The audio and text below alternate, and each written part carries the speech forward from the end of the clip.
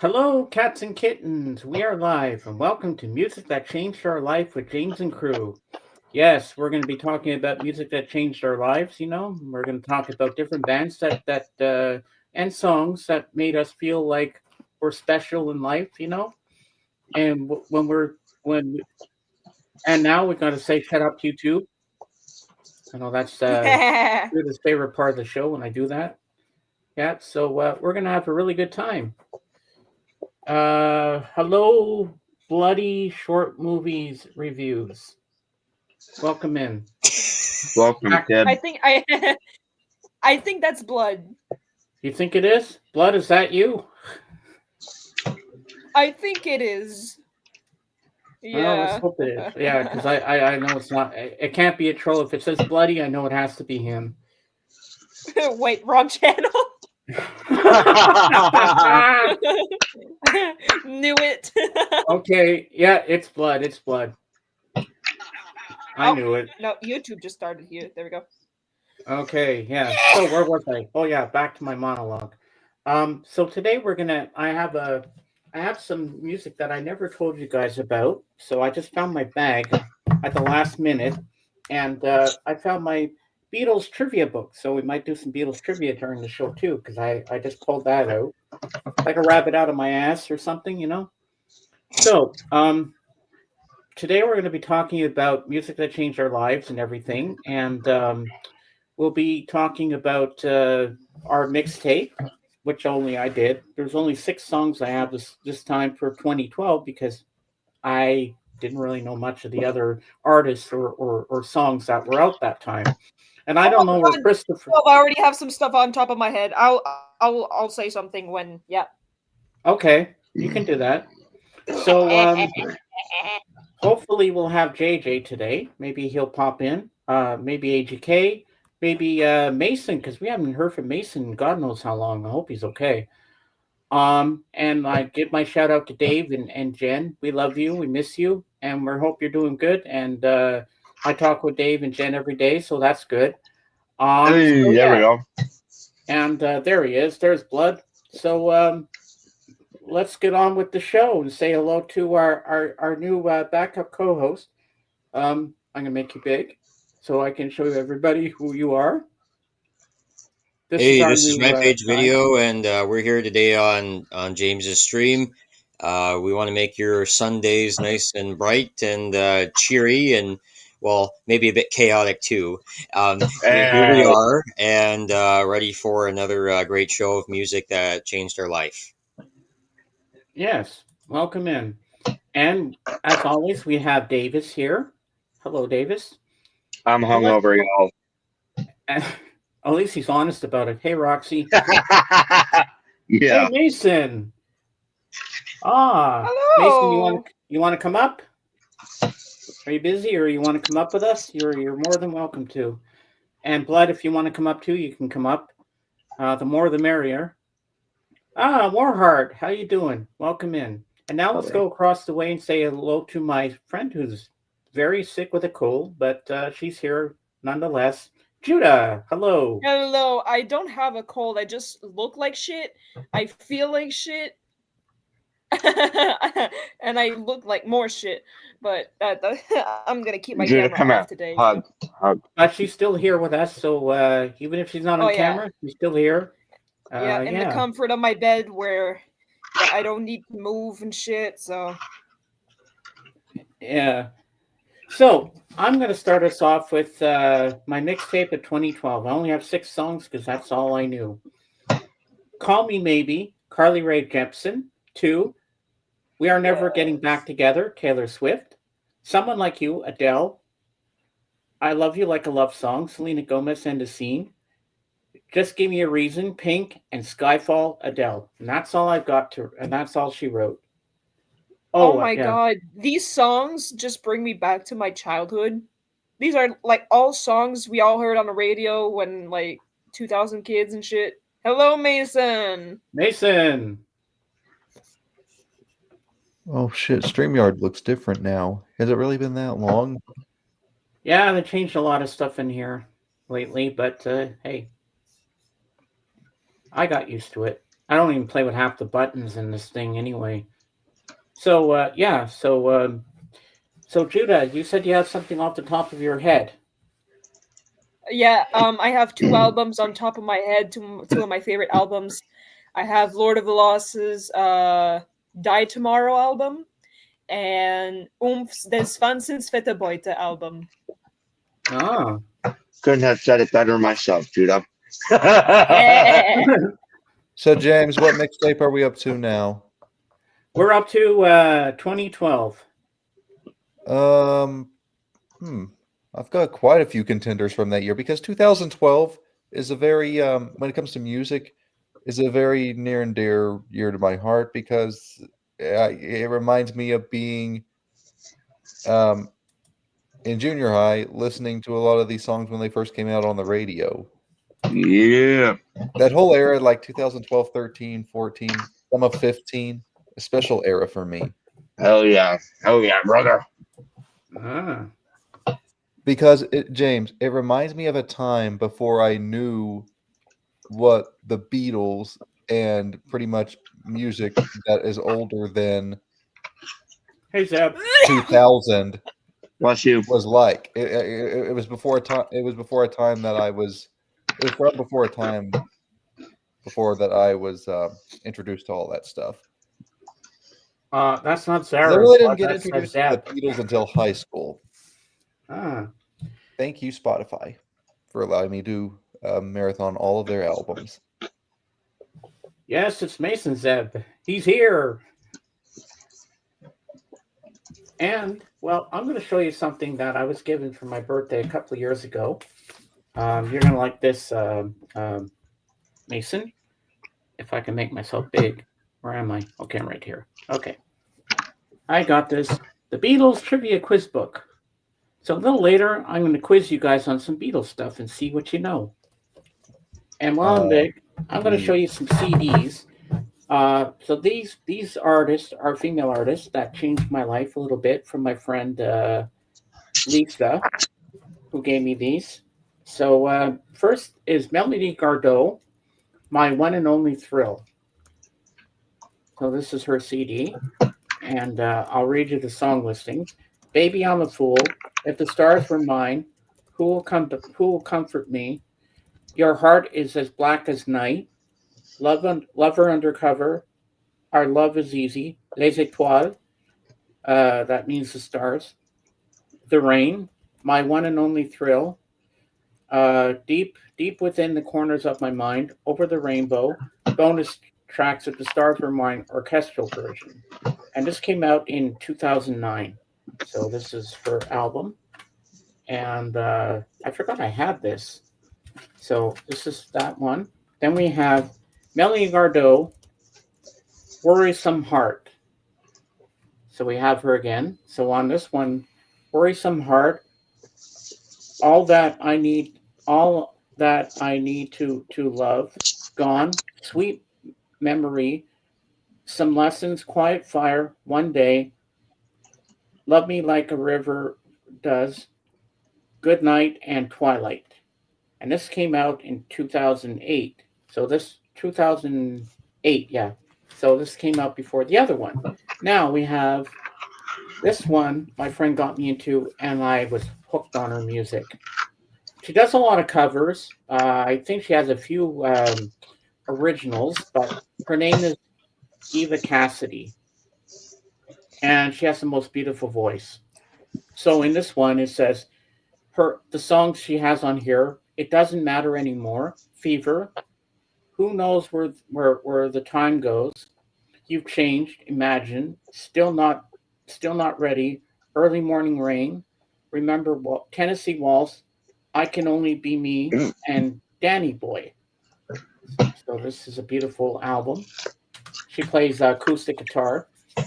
And we have Eva Cassidy, Nightbird, and it has 3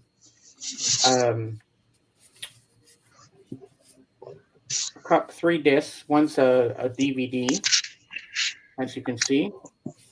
So on disc 1, there's Blue Skies, Ain't Doing Too Bad, Ain't No Sunshine, Feels the Gold, Baby I Love You, Honeysuckle Rose, Route 66, Bridge Over Troubled Water.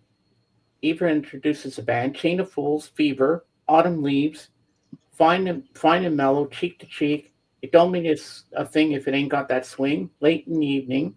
That's a Paul Simon song. Next Time You See Me, and Wally Wally.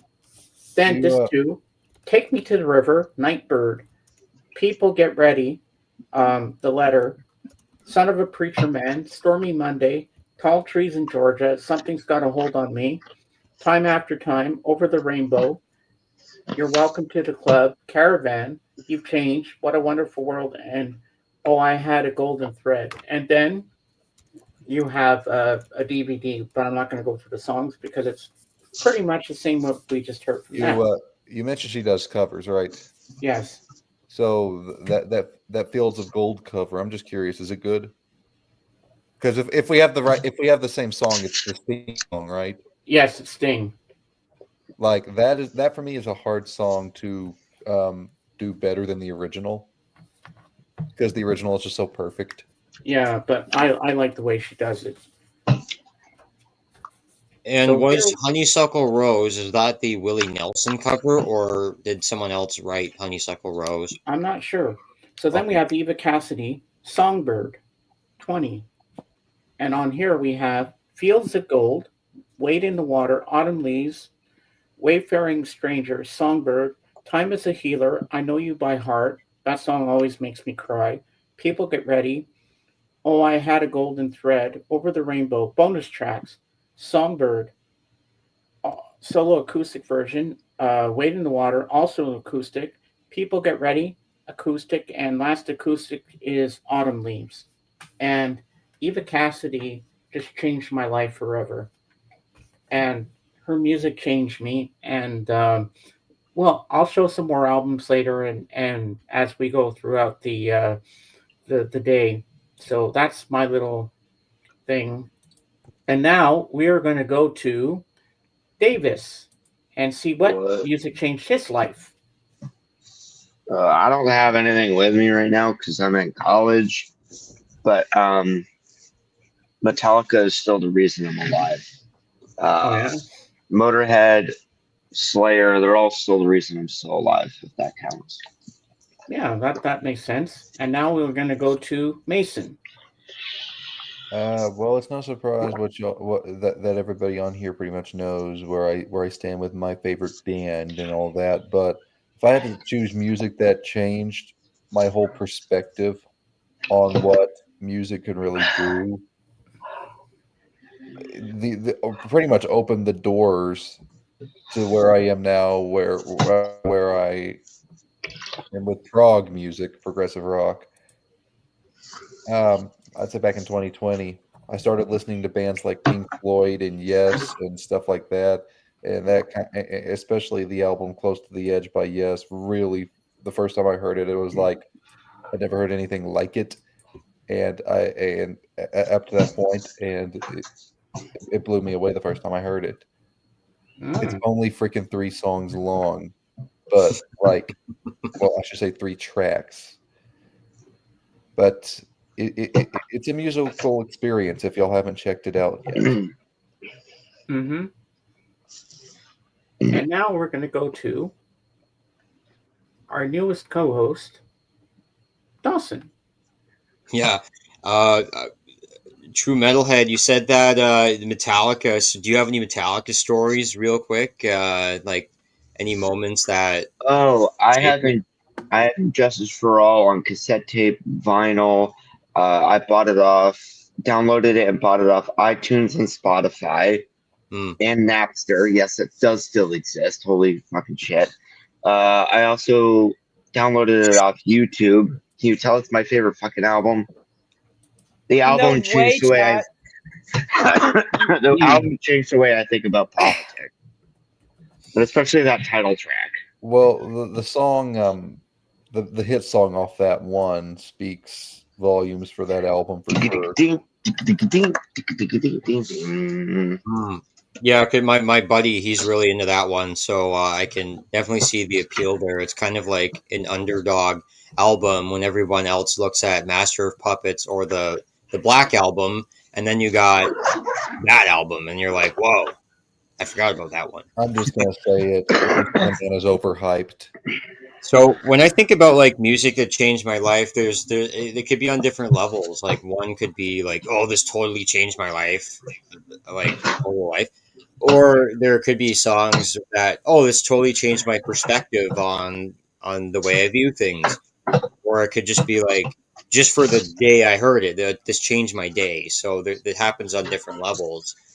But I usually go back to the beginning with Beastie Boys and Brass Monkey, because that's where music was just from, like, that's where it changed from nursery rhymes to like music, and like, I don't know, like pop music or general They were ahead of their time, is what you're trying to say. music.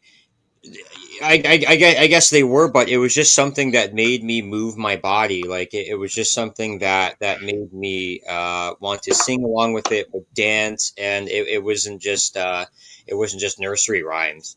So I usually talk about that story, but just Beastie Boys, they were able to, play their music, but they also had the electronic part. They had their beats, they had their samples, and I think Rick Rubin, the producer, he really shaped them well into being more than just rock or more than just hip hop. Like it's rock, hip hop, it's a whole mix. So I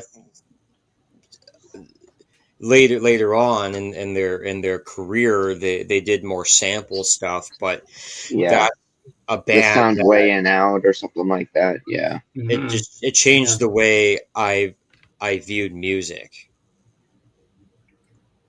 Yeah. Yeah, the Beastie Boys, like Paul Boutiques and Check Your Head, are pretty fucking, like, just there for changing music in its entirety. I feel, at least, Mm-hmm. And when they took Walk This Way to a whole new level, that blew my mind. Yeah, exactly. That too. Yeah. So that was Run DMC, but Run DMC is very right. close to Beastie Boys, and that's in a similar genre. But Yeah, I was close. but yeah, it's the You were crossover close, effect. James.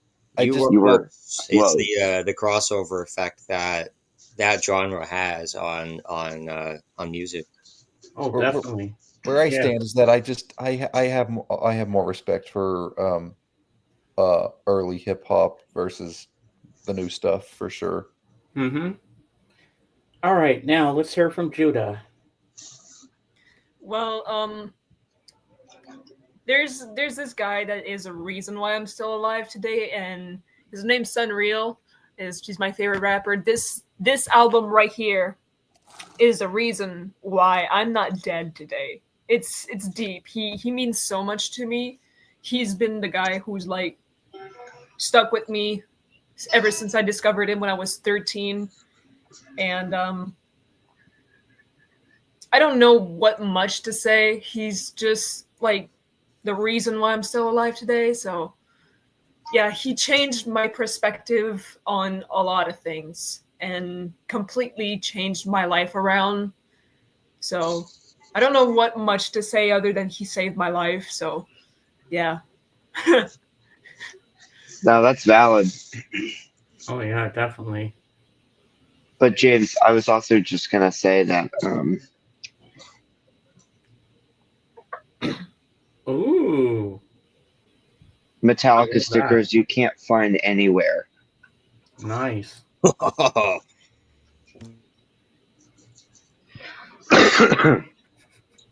The Beach Boys, yes, but which version of them? Because there's been like 80. That's JJ's favorite one. I don't enjoy either of those two hip hop songs. I'm sorry to say. I guess if I had to pick one that I favor a little more, that's a little more tolerable to my ears, I'll choose the one with the Fat Boys. But yeah, that's true. Punk rock or Beastie Boys were true punk rock, especially at the beginning.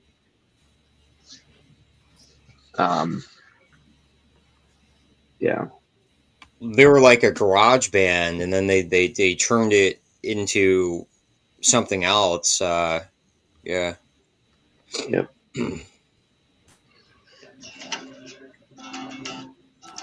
And I remember in the fall of '85, when I was going into my second year of high school, I remember I had a pet hamster named Shelly, and she was a little beige hamster that my friend gave me, and it liked to eat Pop Tarts. I'd be sitting on the couch watching TV with her in my lap, and I'd be eating a Pop Tart, and she'd eat the little crust on the side with her little hands. Aw. She'd be like, it Damn it, was so James! Now cute. you make me want to go get a Pop Tart. And I remember going into school and being bullied. Like girls were shutting me down, saying, "Oh, you're ugly. I hate you. I don't want to see you. You will Ugh. never get a girlfriend and stuff."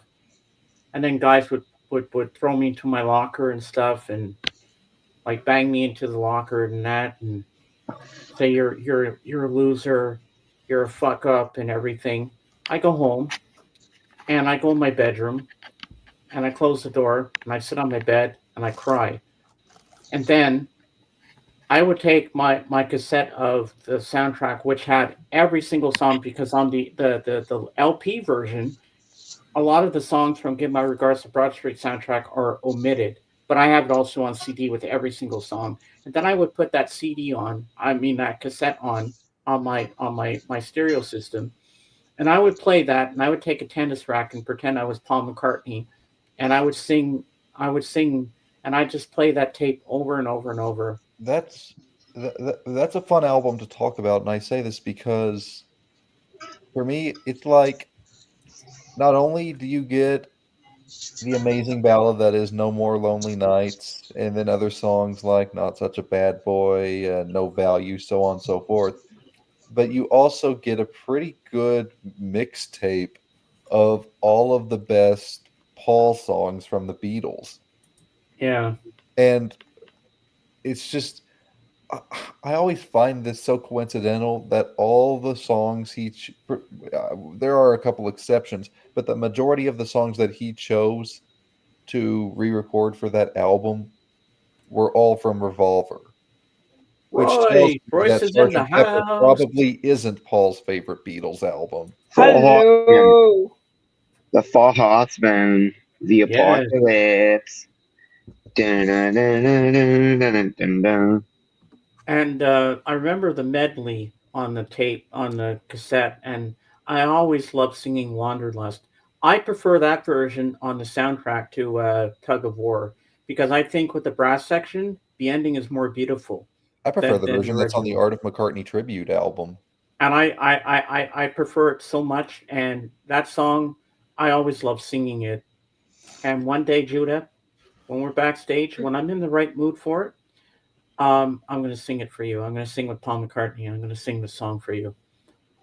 I love singing that Okay. song. It's one of my favorites from that album.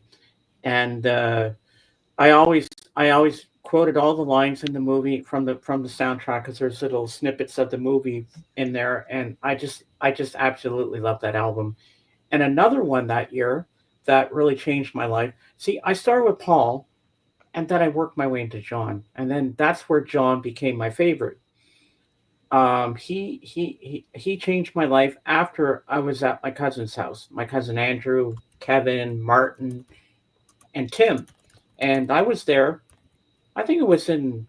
I don't know if it was.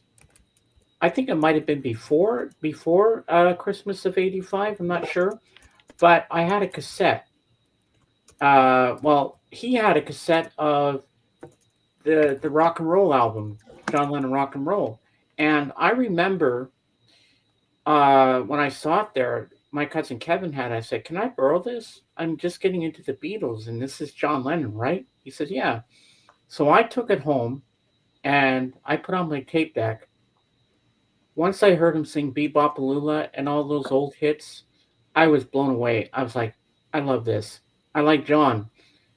Then, when I had to go back for dinner to their house and I had to bring the cassette back, my parents took me the next day to the mall and they bought me the same cassette. And I was just so happy. Hello, Aaron. Welcome.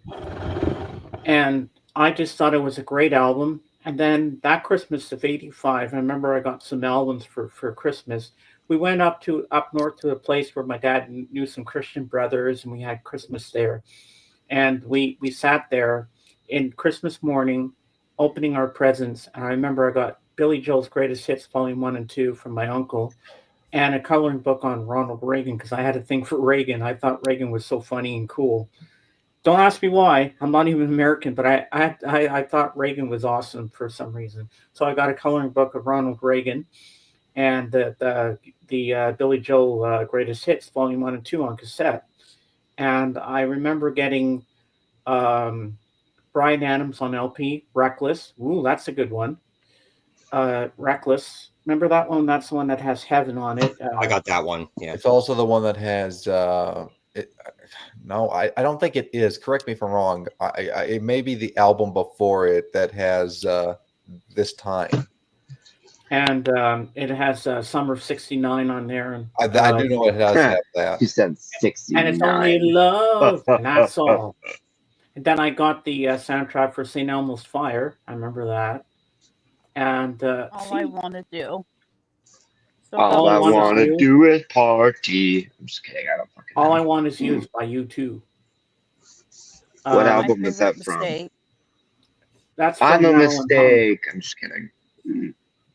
the first Hello, part Rock and is the Robin. deepest. How you doing? Welcome in. Ooh, Rock and Robin. Tweet. Every tweet, tweet, day is a tweet. winding Tweet, road. tweet, tweet.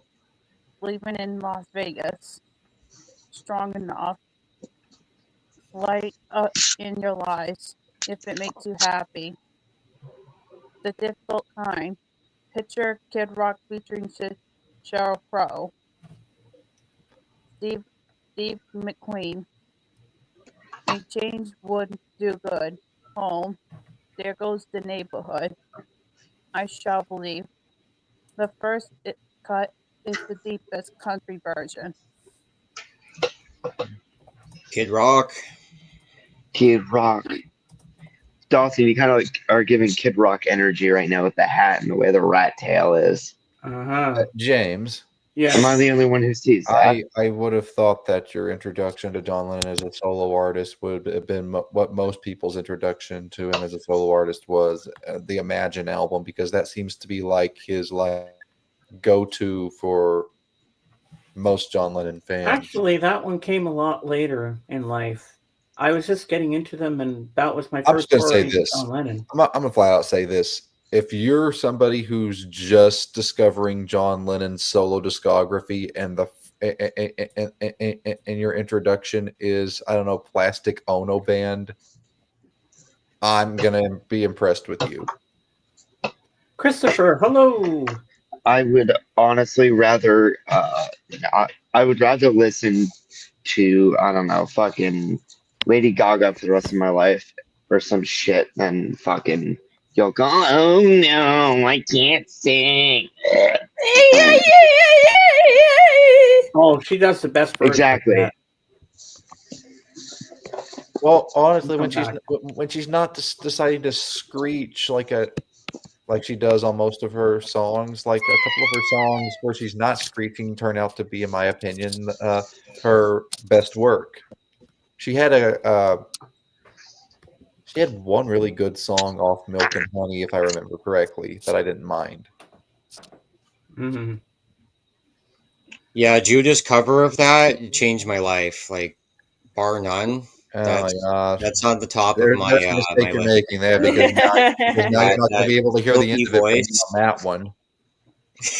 Well, my favorite Lady Gaga song has always been "Born This Way," but I hate where she goes, "Oh la ra ra ra." I just think that is so cheesy. That line. It's like, please don't, please Is that don't. the just a question about the CD in choice here? Is that the standard version or is it the expanded version? Because there's two versions of that compilation. I think there's the regular standard one, which I think that's the one you actually have, and then there's another one that's basically all that but has extra songs added to it.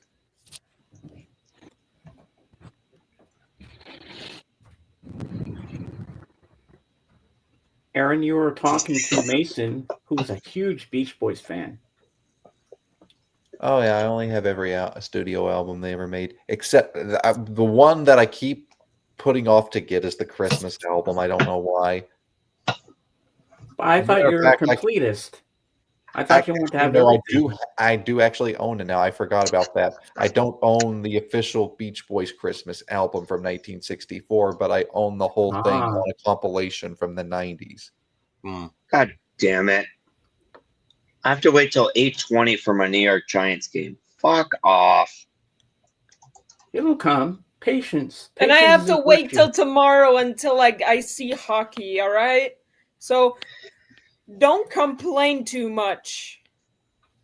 Too bad I already have. Yeah, well, my Eagles are going to go 3-0, so take that.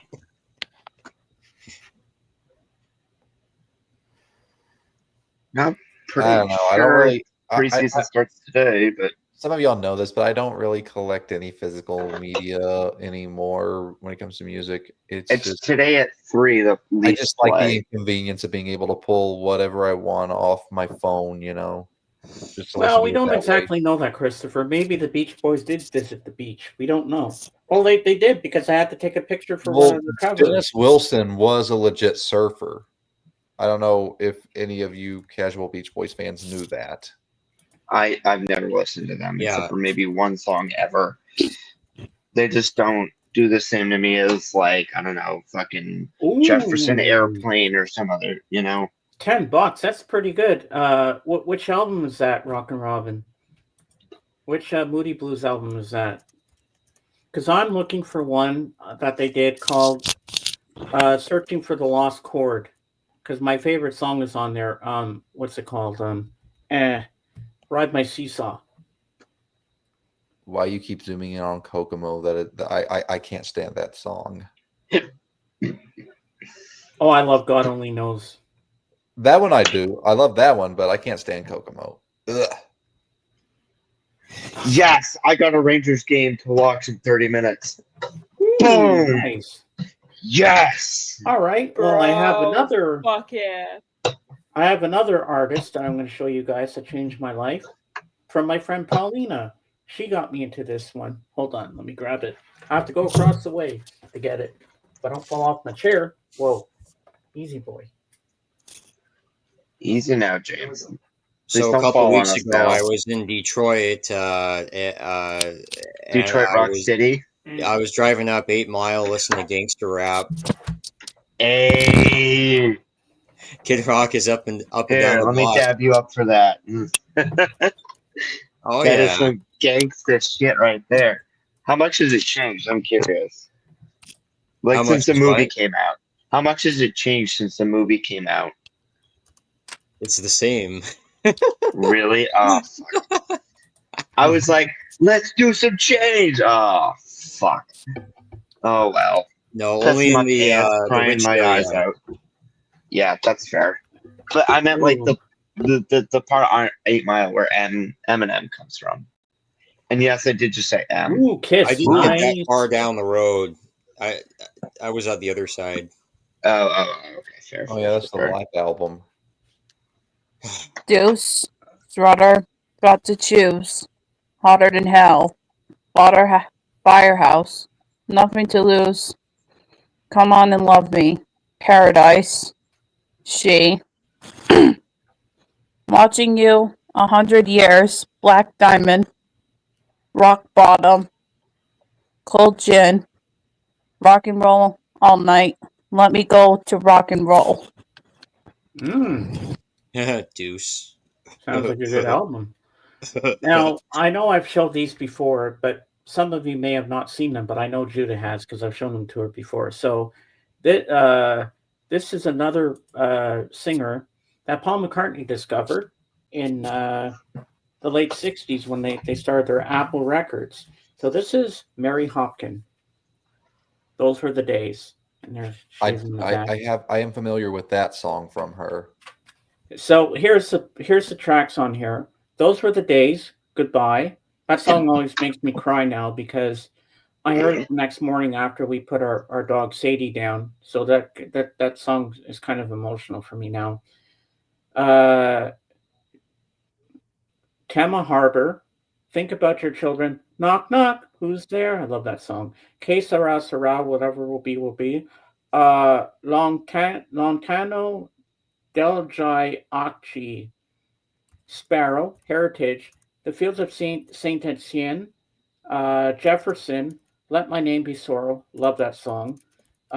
Kew Gardens, When I Am Old One Day. Silver Birch and Weeping Willow. Another one I like here is Streets of London, Water, Paper, and Clay. Then, this album I heard is very hard to find on vinyl, and in good shape too. So this one is Postcard, and this has an extra track at the beginning. Those were the days, because it was so popular. Lord of the Reedy River, Happiness Runs, Pebble and the Man, Love is the Sweetest Thing, Why, Blonde Win Gwyn. I know I'm pronouncing that wrong, but hey, I don't know what language that is, but anyway. The Honeymoon Song, The Puppy Song, Inchworm, Voyage of the Moon. Number 10 is my favorite track, Lullaby Believes, Young Love, Someone to Watch Over Me, Prince Avignon, the Game, There's No Business Like Show Business, bonus tracks, Turn, Turn, Turn, Goodbye, Sparrow, Fields of Saint Etienne, previously unreleased. So these are the two albums I have of Mary Hopkin. And if you haven't heard her, you would love her voice. Oh my God. What do we got here? Is that Cher? Yep. Yes. Ah. Believe if I could turn back time. Walking in Memphis. Song for you for the lonely. Strong enough. Snoop, Snoop, Snoop's song in its kiss. SOS. I found someone. Save up for all your tears, one by one. After all, Love Theme from Chances Are Duet by Peter Senra. A Heart of Stone. The Way You Love. I hope you find it. Take the home. Gimme a Man After Midnight. Woman's World.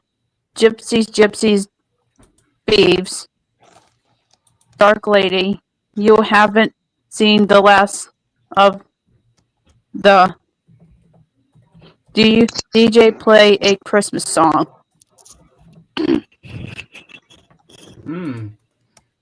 Yeah, that's a great one.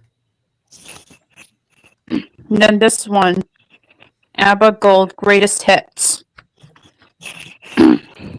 Dancing Queen, Knowing Me, Knowing You.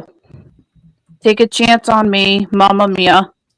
Lay All Your Love on Me, Super Trooper, I Have a Dream, The Winner Takes All, Money, Money, SOS, Chiquita, Fernando Bolaños, Gimme, A Man After Midnight. Does Your Mother Know? One of Us, The Name Game. Thank You for the Music in Waterloo. Ah, that's a great hit. What's your favorite ABBA song, James? It's not on that one, but my favorite is My Love, My Life. Like an image passing by, my love, my life, in the mirror of your eyes, my love, my life. But I know I don't possess you, so go away, God bless you. You are still my love and my life, still my one and only. I can't hit that high note too well, but hey, I'm trying anyway. So tonight on the Four Horsemen, Royce in the House, we have the topic tonight will be Rolling Stones or Rolling Bones, new album nearing completion and a tour being planned.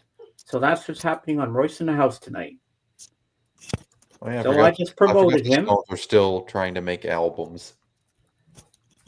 Hey, they're still going strong, and I'm surprised Keith knows what century's in. James, they're that last album they put out. I got to try to see if I can remember the song. There was one song off that last album that they put out that I was really impressed with, that I thought sounded really good for, for really the vocally, really for the age of them. Vocally it sounded pretty good. There's Angry. There's Ghost Town. I think it's that one, Angry. I was listening to it and I'm like, wow, Mick Jagger he's still got it. And he can still strut his stuff on the stage with his duck walk. Yeah, I'd go see them again. No doubt. All right, let's see what we got here from Christopher. We're missing out on his mixtape here. So number 1, we have Lana Del Rey, Blue Jeans. Okay, I like Lana Del Rey. She has great jeans. Tord Gustav. How do you pronounce that? Tord Gustafsson Quartet. I don't know. Quartet Circling. Okay, don't know that one. Then we have Motorcycle, the HoloLens. Don't know that group. Motorcycle. Then we have Meshuggah, Demjurge. Then we have the Mars Volta. Vedamalati. Vedamalati, okay. Say that 3 times fast. Vedamalati. It's kind of a tongue twister to me, if you ask me. Sally sells seashores by the seashore. Shut the fuck up, Davis. How much wood could a woodchuck chuck if a woodchuck could chuck wood? I don't know any Chuck who chucks wood. How about Supercalifragilisticexpialidocious? Great movie. Hello, even Dr. more D. tragic backstory when you think about it, James. I don't know if you've ever seen Saving Mr. Banks, but Yes, I have. I love that is a very tragic backstory behind the making of Mary Poppins. Everybody, Dr. Rick is in the house. So say like on the Hi, Rick. Hello, Dr. Rick. Hey there, Doctor. Hello, Dr. Rick. Rick. Rickroll. Never gonna give you up. Never gonna let you down. Never gonna run around and desert you. Okay. All right, Davis. I just pissed him off. And Dr. Rick, tell me what music changed your life that made you feel like, wow, this music makes me feel so good inside. Let us know in the comments below what music made you feel good. Kent 999. All right. Are you sure it's not number 9? Number 9. Number 9. Alien Earth is the best Alien I've seen since the first movie. It is a new series. I can warmly recommend it. Oh yeah, that's on Disney Plus. I still got to check that out at some point. I just heard everybody, like, there was so much hoopla about Alien Romulus when it came out, and I still haven't seen it. You have not seen it, Mason? You have to watch it. It's good. Well, the last thing I watched was a very, very good documentary. It's a 2-part documentary on Netflix about Charlie Sheen. Man, that guy's had a fucked up life. I guess an updated version of the Beatles anthology is going to be released on Disney Plus this November in the form of I think I read it was a 9-part series. Yeah, I'm looking forward to that. Whoa. So my question is it going to be the original anthology that was released in the 90s, but just like have some new stuff added to it? Yep, it's going to be the same thing, but an added extra. And probably, you're probably going to get Peter Jackson in there to kind of like restore the picture and stuff. Oh, that's for sure. I'm sure he's going to do that. Yes, I'm really looking forward to that, and hopefully this will get a Blu-ray release. What I would like to see Disney Plus do, since they since the Beatles, as far as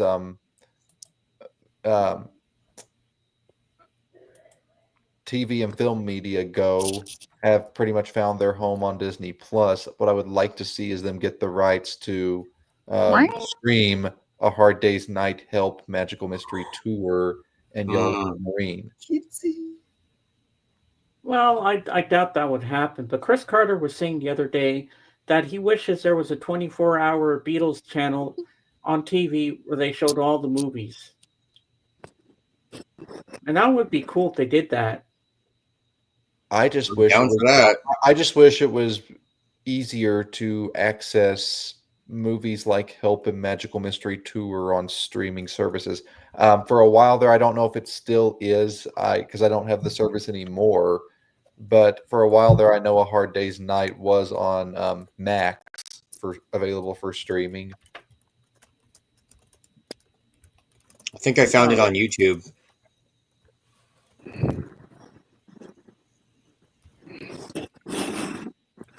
Actually, I think Yellow Submarine is on YouTube as well.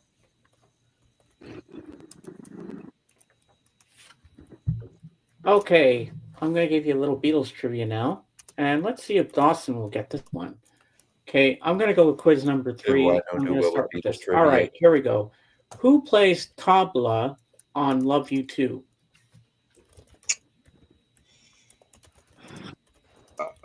Okay, the producer's name is George Martin, so I'm going to guess George Martin. Nope, Donovan Leitch. Okay, which one of these songs is from 1958? Oh, it would have to be a cover song. Nope, Got to Get You Into My Life. Now, number 3. What? Slow Down. Yeah. Got not the song Slow Down, but the song Got to Get You Into My Life. That is a Lennon-McCartney composition from 1966. Okay, here's an easy one. This one you'll actually get. Okay. When was John Lennon born? 1947. 40s. October 9th, 1940.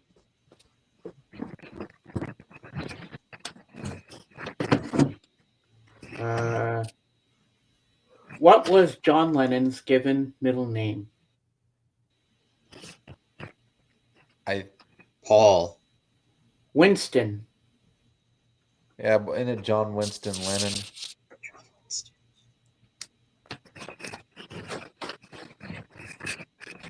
Well, that's a little bit of that for now, and we'll have some more a little later. James, I want to elaborate more on what you're talking about. Got to Get You Into My Life did not come out in 1958.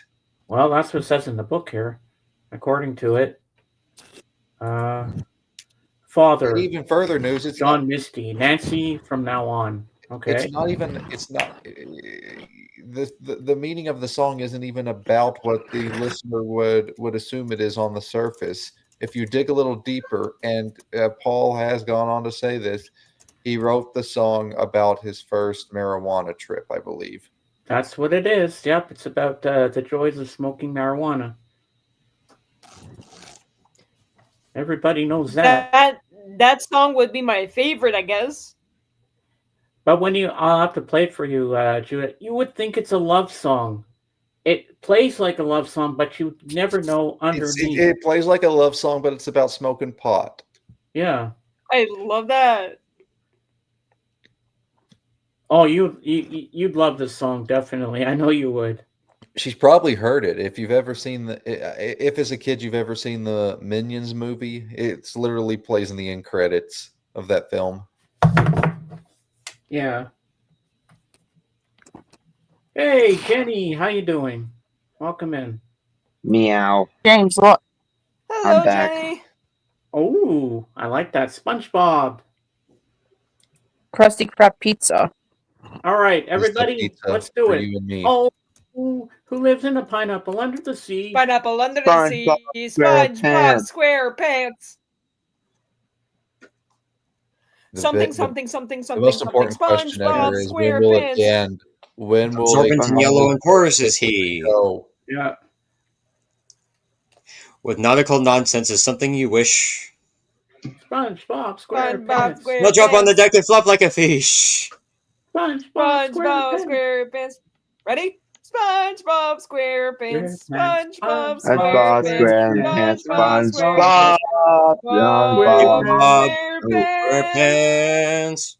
Artists on record with Deepa went to John Lennon home. Oh, that's okay. That's okay. Rock and Robin, you can. All right, with one I'm gonna head out. All right, I'm Davis. gonna head out. Okay, see you Rock soon. See you, my dude. on Rock on, mother Motorhead forever. fuckers. Hell yeah! Have fun. James, Yeah. I don't know if you guys know about this. I only found out it recently, but Weird Al Yankovic actually did on an episode of SpongeBob actually did a theme song variation of the theme song for SpongeBob. He did? I didn't know that. Yeah, they did like this episode, right? And he was asked, I guess, to do the theme song for it. Oh, wow. Well, I'm going to read you some lyrics of a Beatles song because this is how I feel about all of you. And even Dave and Jen, if you're watching or listening in, this goes for you as well. Now I'm going to find the lyrics for it. I'm probably assuming it's a lyric from In My Life. How did you guess? In my life, I love you more. Oh, no, I'm going to read the whole lyrics because every word in here is so special. There are places I remember all my life, though some have changed. Some forever, not for better. Some have gone and some remain. All these places had their moments. With lovers and friends, I still can recall. Some are dead and some are living. In my life, I've loved them all. But of all these friends and lovers, there is no one compares with you. And these memories lose their meaning when I think of love as something new. Though I know I'll never lose affection for people and things that went before. I know I'll often stop and think about them. In my life, I love you more. I got a feeling that song is more Lennon written than McCartney written. I see Lennon's staple all over that thing way more than McCartney's. I know they always collaborated together, but that to me sounds like a more Lennon song. But it's not really like a love song. It's more like a tribute to the fans. That's what I think. Let me make it big. Ooh, the Bailey School Kids. Werewolves don't go to summer camp. Ah, I've never heard that before. That's something new. But that song makes me think of all of you and Dave and Jen. That song. Aww.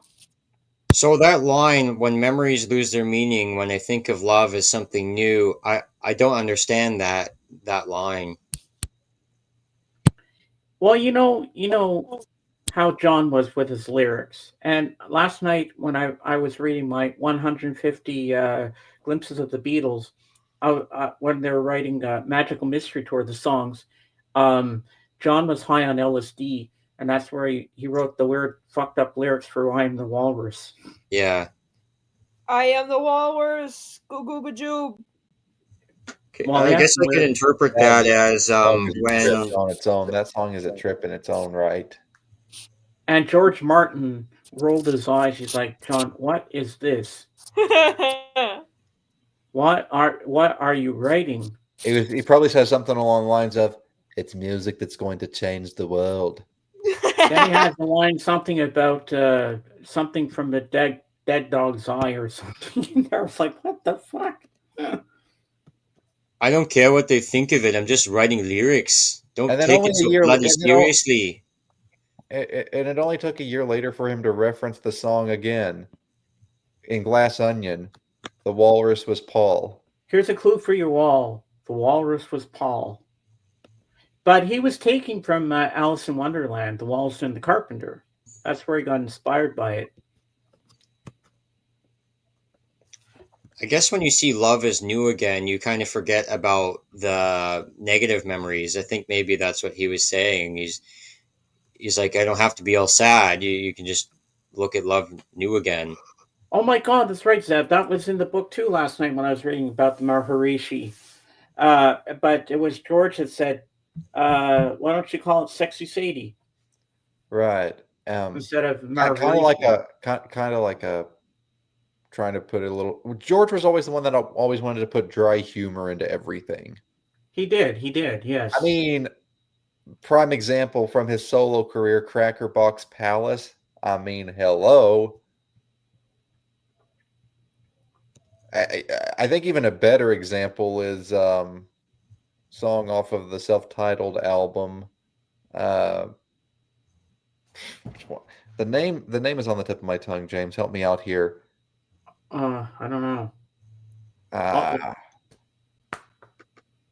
Soft-Hearted Hannah, that one. Oh yeah.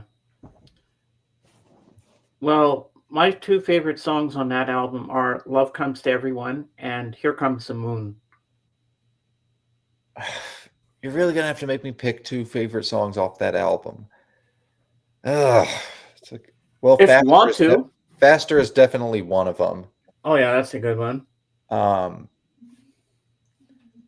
And maybe Soft Touch, just because that one's a little more underrated. You're a soft touch, baby. And if we're going with all things from the past, one song I really like a lot is "Let It Roll." Ghost of Frankie Crisp. I love that song. Yeah, it was so great that it even had a compilation named after it. I know, right? But one of my favorites songs now, and this song depicts who I am, is "Be Here Now." You have spoke to me about that song and what it means to you, James. It is a great song. Because now I've decided to make it one of my biggest mottos in life. Be here now. Because it's not like it was before. That's just the way of life, James. And that's how I feel about life sometimes. And when you listen to the lyrics really mean something to me. And I think George really had a good mind. Like, he was so spiritual, and you could see it come out in his lyrics, the way he wrote what he wrote, you know? He's on another level. This is way more of an underrated George Harrison song because it comes off a not well liked especially amongst hardcore Beatles fans album known as Extra Texture. But I always liked the line and the answers at the end. Don't be so hard on the ones you love. It's the ones you love we think so little of. Ladies and gentlemen, here he is, live from his man cave. Blood! Oh my gosh. What an introduction. Yeah, you like that, don't you? Yeah. I'm drunk, and I thought, why not screw myself over even more today? Yeah, why not? Hey, it's time to have a little fun. Hello. Give me a second here. All right. Need to adjust some volumes. Oh, we gained someone, but we lose someone. What's going on here? Oh, okay. She's on a pizza delivery. Yeah, she bounces in and out of here. But my drink, my Diet Dr. Kelp. Don't tell me you forgot my drink. All right, we have I'm missing a few of his songs here. What do we got here? Beach House Irene. Tenacious D, Roadie. Yeah, that's with Jack Black. I know that band. Brian Johnstone, Massacre. Brian Johnstone Massacre, Panic in Babylon. I'm reading it too fast. Okay, and what's up here? We have Chris Robinson Band, Rosalie. All right, sounds good. And now we have another one. We have Rush, the Records. Of course, I know Rush. Rush is a great Canadian band, obviously. So now, Blood, now that you're up on camera, now I can ask you the question from my theme. What music changed your life? I mean, probably the most life-changing aspects when it comes to music were me getting more into electronic music at some point in my life, like age 14 or early 13, 14-ish, I guess. I listened more to. I had my metal phase before that, say like that. Listened to shitload to Rammstein and Metallica and stuff like that. For a few years, really enjoyed it. Still enjoy it, but not like on an everyday basis anymore. But at some point, is there one? Sorry to interrupt. Is there one song? Is there one song that still makes you feel something special every day that you still go to? Not every day. I can't say every day. I have no everyday go-to song or even an older song that I hear maybe every few weeks. I don't have that like that, but I have some songs that really, really tickle my nostalgic nerve and really make me feel what I felt when I heard them the first time. Yeah, I wrote it in chat earlier, but Sonic Empire had to be one of those songs when it comes to electronic music.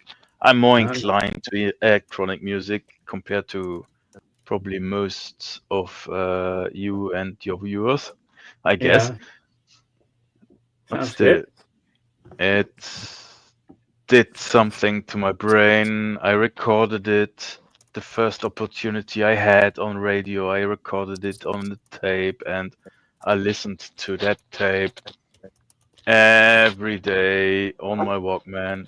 I used that tape on my stereo with a time, like a time programmable switch to trigger my stereo as an alarm clock, basically, in the morning with that tape, with that song.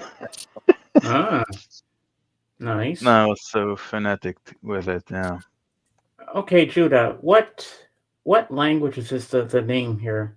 French. Gojira, Born in Winter.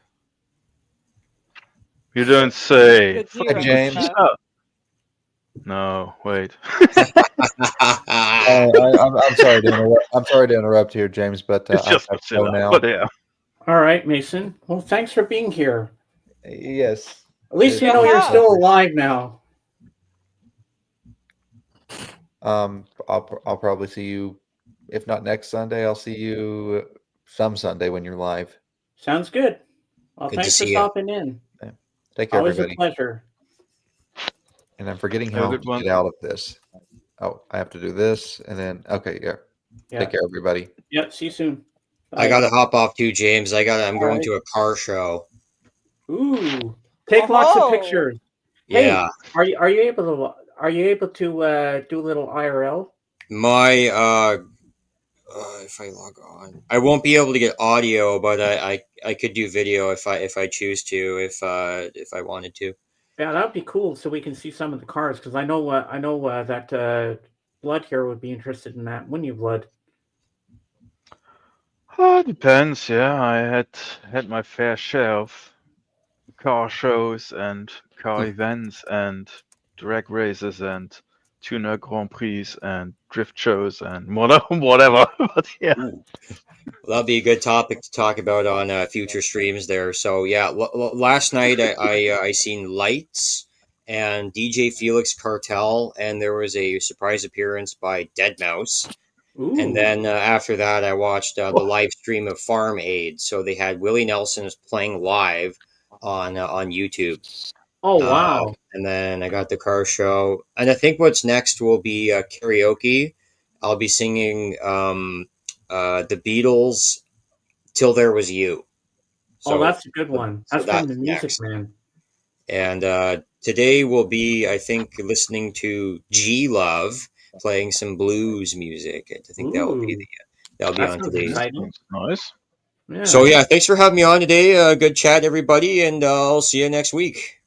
All right. See you soon, Dawson. Safe Oh yeah, travels. see you, man.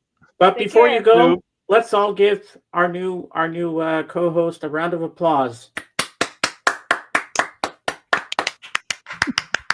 For you. There you go. That's only 2 people. Wow, you guys are so lame. Woo! Woo! Oh, I love it. Yeah. So, what's on your shirt? Which shirt? What's on your T-shirt? My shirt. Ah, yeah. It's how could you say, an art formed, stylized variation of an early 20s Godzilla movie Oh, nice. poster, basically. See you later, Rock and Robin. Have a good one. It's like, I have several similar art style shirts. There's That one. sounds like Dawn. Dawn, is that you? Lucky, yes, is that you, Dawn? That sounds like Dawn. Yeah. Yay, it's you. Okay, now that I know it's you, Dawn, I'll make you a mod. I will make you a mod. Hold on. Let's see here. As moderator. I'll make you as moderator because I know you very well. There you go. Now you're a mod.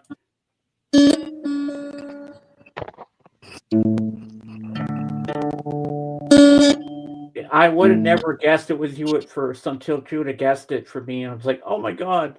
Yeah, because he told me that joke once. And I'm like, that sounds like Dawn, yeah.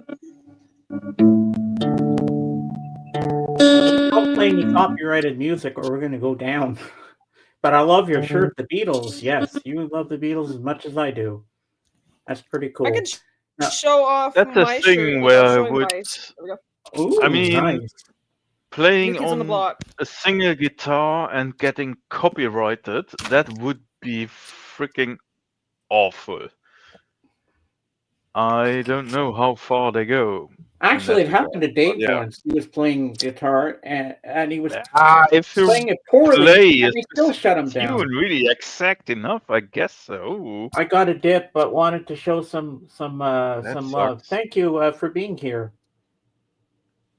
And we got Catatonia, The Racing Heart, Ratatouille. That's a good movie. I saw it in the theater. Yeah, because he texted me on Discord to say hello to me, and I said I'm live, so I sent him the link, and here he is.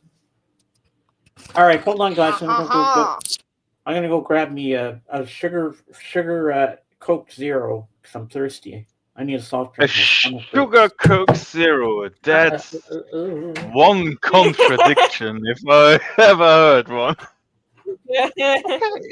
Okay. Get your sugary Coke Zero. Love it.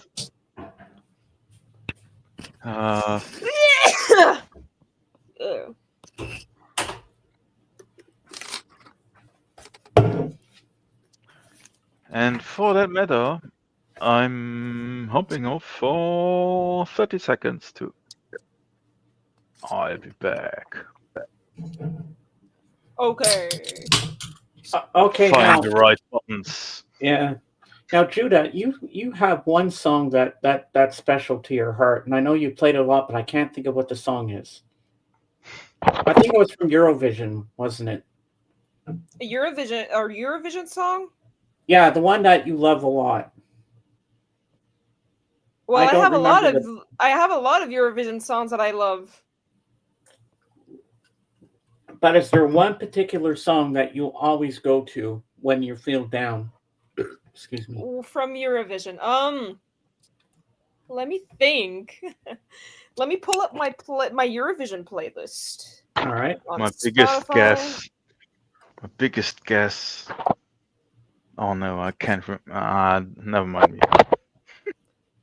So where is the playlist? Eurovision songs I fuck with severely. Elephant 9, Black Hole. I'm drinking Coke Zero. I remember the name. Gildo hat euch lieb. Look it up if you don't know it. Mm-hmm. Eurovision song. Okay. Ooh, Boston.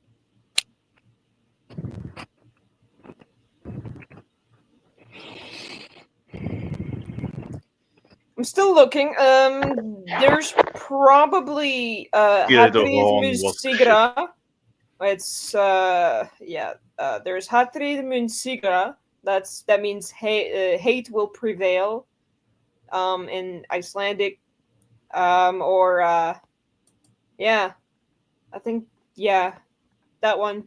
Or Milkshake Man by Gojo. I love Milkshake Man. I remember you love that one too. Yes. You can call me the Milkshake Man. I want to shake up all the milk I can. They love my milk all across the land. I can tell you want a taste from the Milkshake Man. Oh my Shake God. Man. Shake Man. That probably got approved by Eurovision gladly.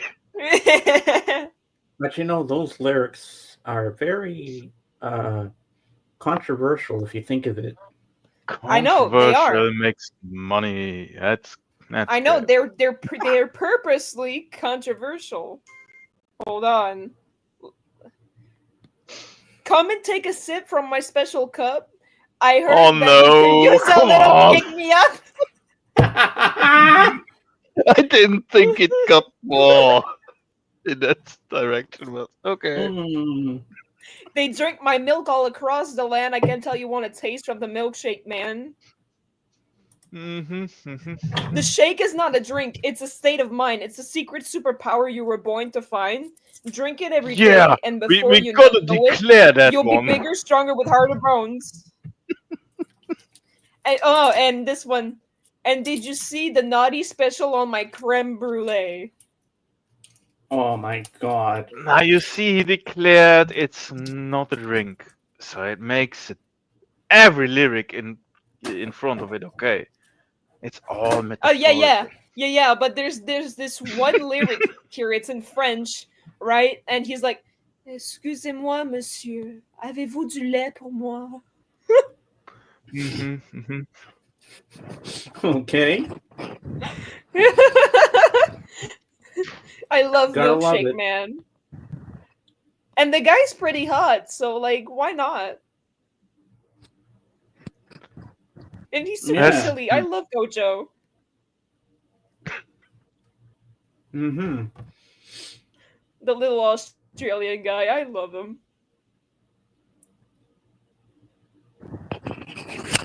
I'm glad you do. So at some point, James, how's your day so far? My day is going very well. I'm glad to be back streaming because we were off last week because Judah wasn't feeling well. But I'm happy to be back doing what I love to do, and I'm glad you're here today. Zara, hello. Hello. You want to come up, Zara? You're more than welcome to join us on the panel if you want to. You want a taste of the Milkshake Man? I have the song in my head. I don't think Sarah's going to understand what that is. I will be on cam later. Okay. But I'm glad you're here. Yeah, my day's okay. I can't complain. No, I'm just happy to be If you again. sing the happy birthday song for me, James. You want happy? When's your birthday? June 1st. So are you going to Australia?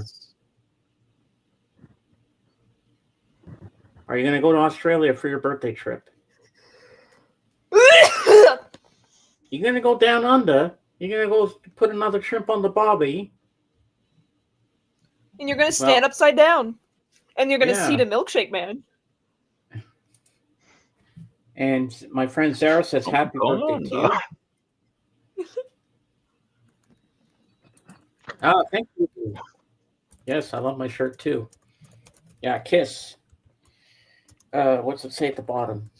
I know there's lyrics at the bottom here. Kiss Alive in 75.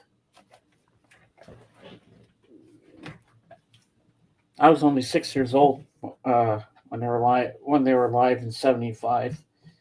I was 6 years old. I didn't even know what rock and roll was then. I didn't even know Kiss existed. But I do remember vaguely hearing in the car Big Yellow Taxi by Joni Mitchell. And I remember hearing Sundown by Gordon Lightfoot. I am Sarah, if someone doesn't know me yet. That's good. Hello, Sarah. So Sarah, how was Granny? Did you have fun at her birthday party yesterday? And yesterday was my mom's birthday. She turned 85. And she's still sick with COVID. Well, happy birthday to your mom, and I wish her the best recovery. Yeah, that's been getting me down a little bit too. Slowly getting better, I hope. Yeah. I told Roxy. Roxy's been there for me too lately when I've been down. Roxy's always trying to perk me up. She's good at that, and I had to. And I put all my problems on the back burner on Friday when Roxy was down about her situation. And I was there for her, and she was there for me. Of course you are a good friend, Zara. Of course you are. We all love you. Yeah. Well, welcome back, Aaron. Welcome back. Boy, you just pop in, pop out. They're all about. So, I have two documentaries that I watched, Blood, recently. I watched it's called AKA Charlie Sheen on Netflix. It's a two-part documentary. It was so interesting. I've seen lots of documentaries about Charlie Sheen, but but this is in his own doesn't world, ring a which I bell like. when it comes to the title. But this one you have to see. What can I expect more of information, of screwed up information about Charlie Sheen that I haven't seen yet? But who the fuck is Charlie Sheen? You don't know who. Don't even talk to her. You don't know Charlie Sheen? No. Okay. You know that show. The latest media he was in was 2.5 Men, and Major League. He made a shitload of millions per episode at the end of that sitcom. Before that, he was in movies from the 80s through the 90s and such. He's the son of Martin Sheen, who played in Platoon, a legendary, even older actor. Apocalypse Now. Charlie Sheen, you gotta know who Charlie Sheen is. Yes. Well, I know what 2.5 Men is. I used to watch that, and I didn't realize it was named 2.5 Men because it was 2 men and a boy. I only just realized that about a year ago. I was like, wow, I'm so stupid. Wow. And my friend, I just figured that out Jeff right didn't now. like the. Okay. Yeah, and my friend Jeff didn't like the theme song because it sounded gay. So I tease him and I go, men, manly men. And I really piss him off, and I go manly like that just to get him going. He's like, fuck off. I'm like, you love it. This theme song's so good. Oh my god. And I just sing it to him. Men. 3 voice intro song, to be honest. And it fell the cheese. original one. It was well Nice. performed. Well, Yeah. I'm not a football fan. I'm more into basketball, but I think Judah's getting me into hockey now. Tame Impala, music to walk home by. But Yeah, yeah, Blood. basically, when it Tomorrow comes to is Charlie hockey. Sheen after his acting career, okay, let's say drugs, hookers, more drugs.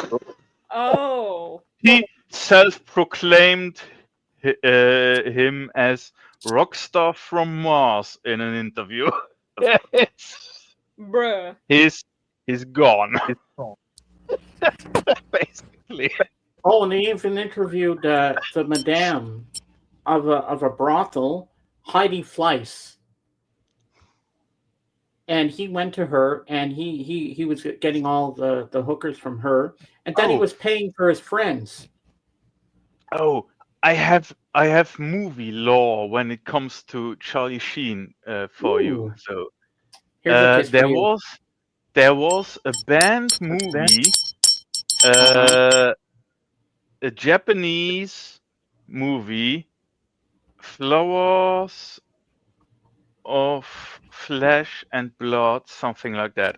It was a short 60-70 minute movie, very rough, very well done when it came to late 80s Japanese special effects and such. Charlie Sheen got it from a friend, like over bootleg cassettes and such.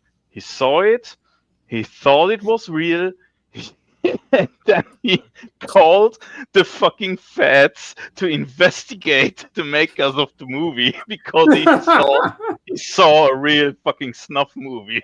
No, Oh my it god! was just a freaking well done and well effects done movie.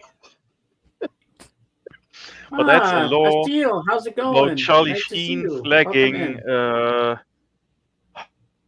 Was in. it Asteel, because you're my friend, I will make buckets you a of mod. flesh and blood? Something like that. It was buckets of flesh and blood, or flower of flesh and blood. I'm not sure anymore. But it was the second or third installment of a series. Wow. But yeah, Japanese Monarch the produced back Hedgehog. then, and it was banned in many countries because people like to ban stuff like that. I guess. Yeah. I don't know. And I watched another documentary. I forget what it was called, but it's about this girl who was like 12 or 13, and she was her name's Lauren, and she and her friends at school were being catfished and bullied on their phones. But the plot twist, it was a true story. This documentary, I was only going to watch half of it because I was falling asleep, but then I got really into it. It's on Netflix. I'll have to find out what the title is. And I really got into it. It's like, holy shit! When you find out who the culprit was, who was doing it, you'll be shocked. You'll go, what the fuck? And I really There's so many. But this one had me on the edge Well of my done, seat, but trying to very, guess very who screwed could up the culprit be? documentaries Who could this person out there. be? And everything's okay. How about you? I'm good. Well, Asteel, this is my co-host Judah. This is Blood, and this is Aaron. And more of my crew will be here a little later.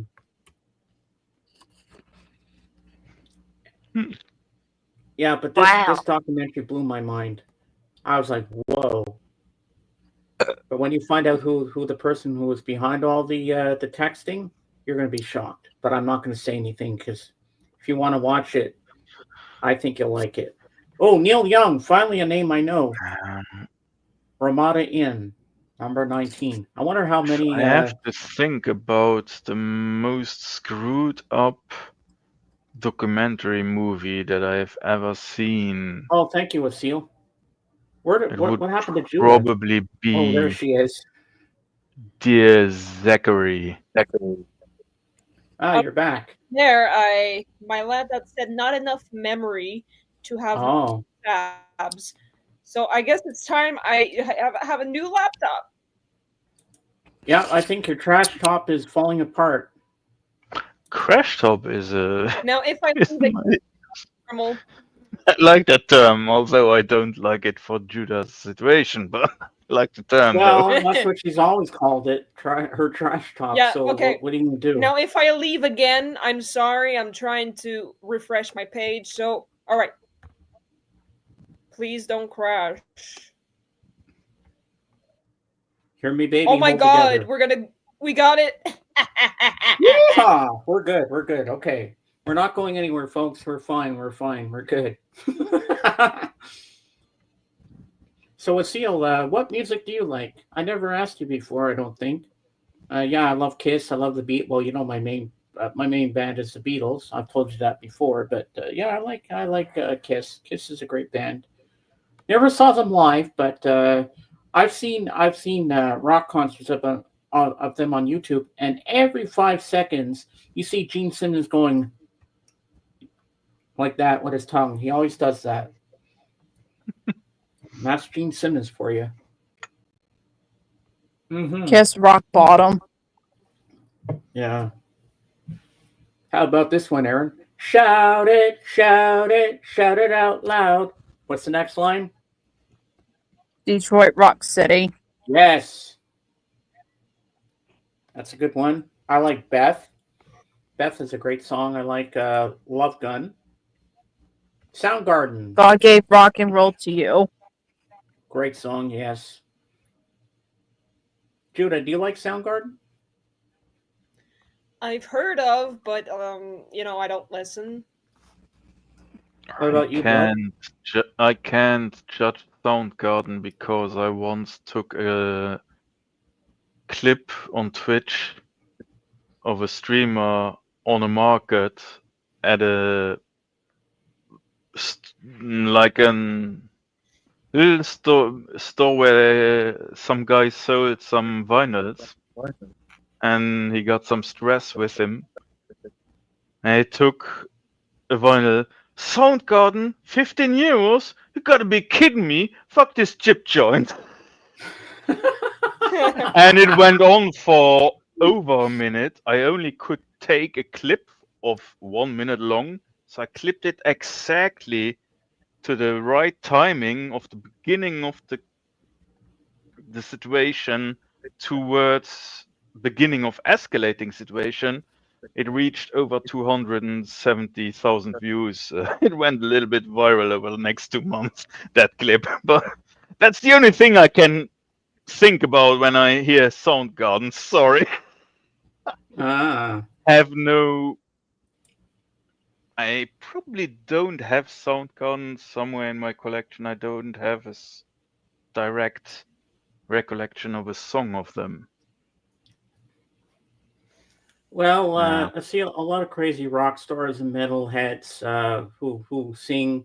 They've done a lot of crazy things on stage. Like Alice Cooper, his wife cuts his head off, decapitates him on stage, and Ozzy Osbourne didn't know. He thought it was a rubber bat, but he actually bit the head off a real bat. He didn't know it was a real bat at the time. Yeah, Yeah, what did he disgusting. know at the time? Yeah. He's probably so stoned on drugs he didn't even Maybe know he what the hell claims was he eating. didn't know. He didn't care, maybe, whatever. Well, I've heard of a lot of rock bands doing strange things on stage, you know, and Oh, sure. Hey, the more you shock, the more you stand out, the more you get talked about. It's promo at the end of the day. yeah. Well, Sad Kate to was say, telling me but once that yeah. a guy at a rock concert, he was in the balcony and he jumped out of the balcony onto one of the high speakers and onto the stage. should Like, probably. and there was a big gap. How did he not fall and kill himself? That's what I want to know. I don't know. Oh, which I don't know if you do this, but Judah, would you ever go in a mosh pit? Oh fuck yes, I would. Wait, let me make it big so I can see what you have on the paper. Elton John, Tiny Dancer. That's my favorite. That's my favorite Elton John song. My Oh, mom, she used to tell me this misheard lyric of Tiny Dancer. Hold me closer, Tony Danza. Tony Danza, yeah, from Who's the Boss? Hold me closer, I heard some Tony people actually. Danza. I heard people actually died in mosh pits. Yep, but Somebody I lost would. their shoe. Yep. Oh, you won't Oh, catch no, me in a mosh once pit. if you're in a mosh pit with friends, good luck finding them back. Like, I heard it gets very violent in those mosh pits at times. Yes, but there are like less violent mosh pits. These are the ones that I would go to. Like, there was a mosh pit at Lord of the Lost, but I wasn't in it. I was like, it was like in the middle of the venue, and I was in the front of the venue, so I wasn't in the mosh pit. But I saw a mosh pit in front with my own eyes. Really? Yeah. Interesting. Oh, I heard some deep frequency James, are you good in digital chemistry? noise growling. I And it have a sounded problem with awesome. my I home. wish I could have sampled it. I thought I heard a hum. Anybody here good at chemistry? Not really. I'm not very good in chemistry. I don't know anything about chemistry. I'd probably make something explode. I'm good in astronomy, so if you got astronomy problems, hit me up. Yeah. I know if I heat some cannabis up to 180 or 220 degrees, I have wonderful goodness. That's all I know. Who needs a telescope when you got cannabis? Once you consume too much, you can see the stars yourself. Oh yeah. Why would you want to see the stars if you can be the star? Exactly, bro. But anyway, even if we don't understand it, Asil, tell us what your chemistry homework is. Tell us what you have to work on. I don't know if it'll be able to help you, but we're curious to know. If you want to explode something, we can help you with that. Oh yeah. I know. Because we I'm love talking out of explosions. my Who ass doesn't right love now. explosions? We'll go out with a bang.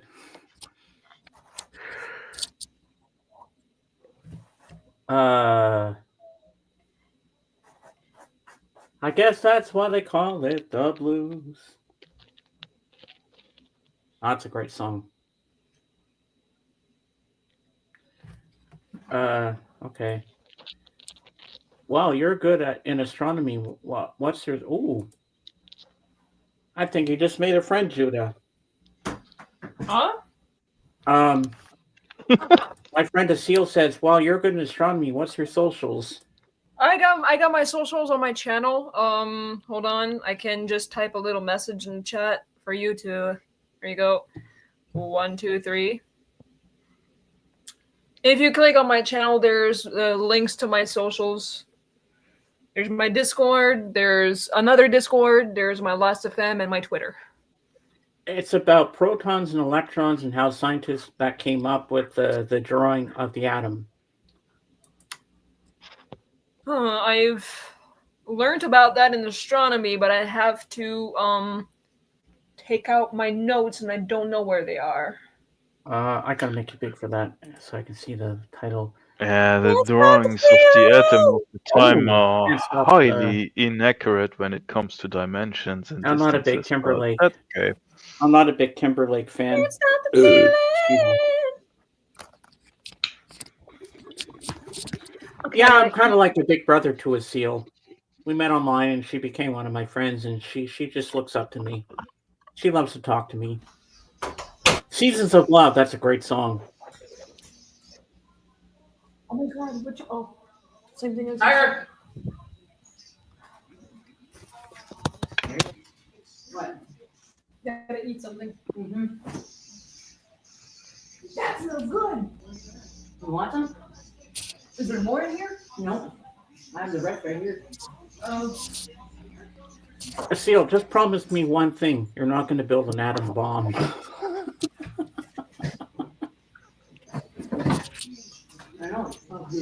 I couldn't, even if I wanted. Well, I'm sure that would be a big bloody disaster if we tried to. We'd probably blow ourselves up. I would probably kill myself in the process, handling radioactive materials and such. Do not. I wouldn't touch it. I mean, my mom worked medically with radioactive stuff half her life. I wouldn't want to handle it, to be honest. And that's like medical grade, very fast degrading radioactive stuff, like half-lives of hours or maximum days, and not decades and hundreds of years. Devastating. Oh. Well, I do have some side necessary homework that I've nothing to do with what I'm studying because I'm in flight school. Ooh. Oh, you're going to be like Tom Cruise and Top Gun. You're going to be like Maverick. Nice. Hey, Mickey. Oh, Mickey, you're so fine. Mickey, you blow my mind. Hey, Mickey. Okay, good. Don't blow yourself up, please. I don't want to lose my friend here. Hi, Eric. No. You're going to have your cup of food. No. My heart will go on. I think someone forgot to turn off her mic. Nah, I'll let it slide. This love. Don't know that one. Huh? A real spot. Oh, yeah. Had to use some of your perfume to smell so I don't puke. Honey, honey. The Archies.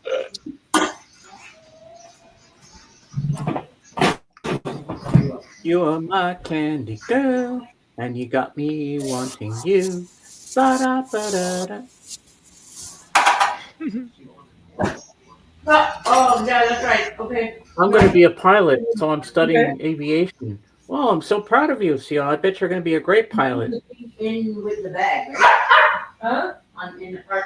Then you can take me up for a little ride in the sky. Yeah, there. Okay. Right. Did you want some of this? Yeah. I'm gonna head out. All right. Make some food. I might see you later. I'll be live for a while, so if you want to pop back in when Jorgen's here. If I keep awake long enough, I will. Yeah. Yeah. Okay. It was just a little too early in the morning to watch a movie for me, but you know I would if. No, yeah, no stress. You know I'll watch a movie with you. Don't worry. Hey, no stress. I get it. I wouldn't be in the mood maybe too early either. That's okay. Yeah, but we'll watch a movie at some point.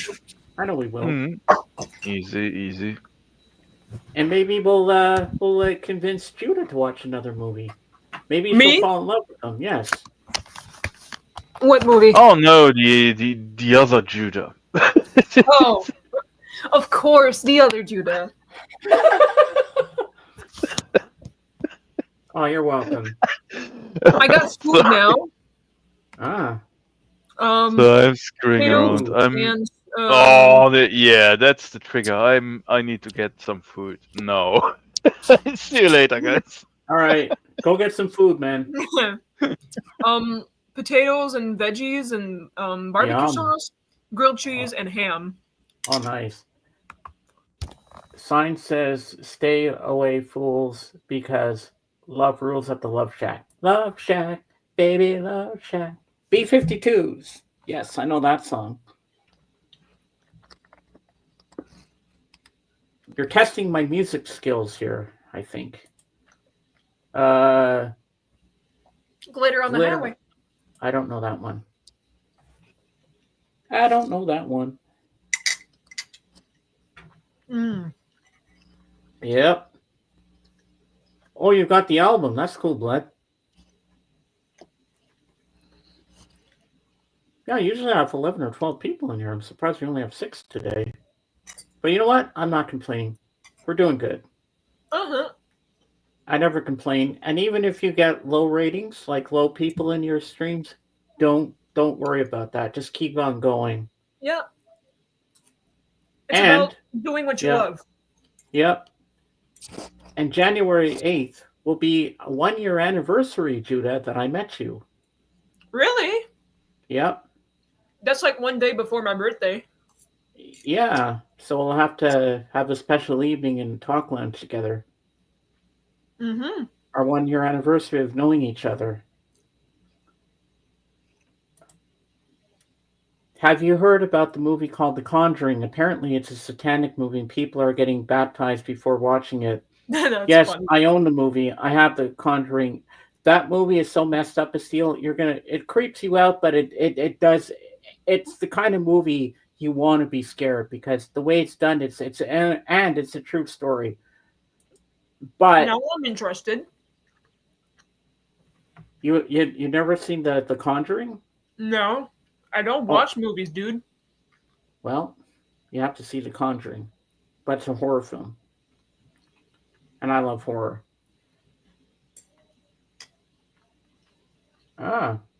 And also January 8th is Elvis's birthday too. Oh my God, Blood! Plot twist: I'm your ex.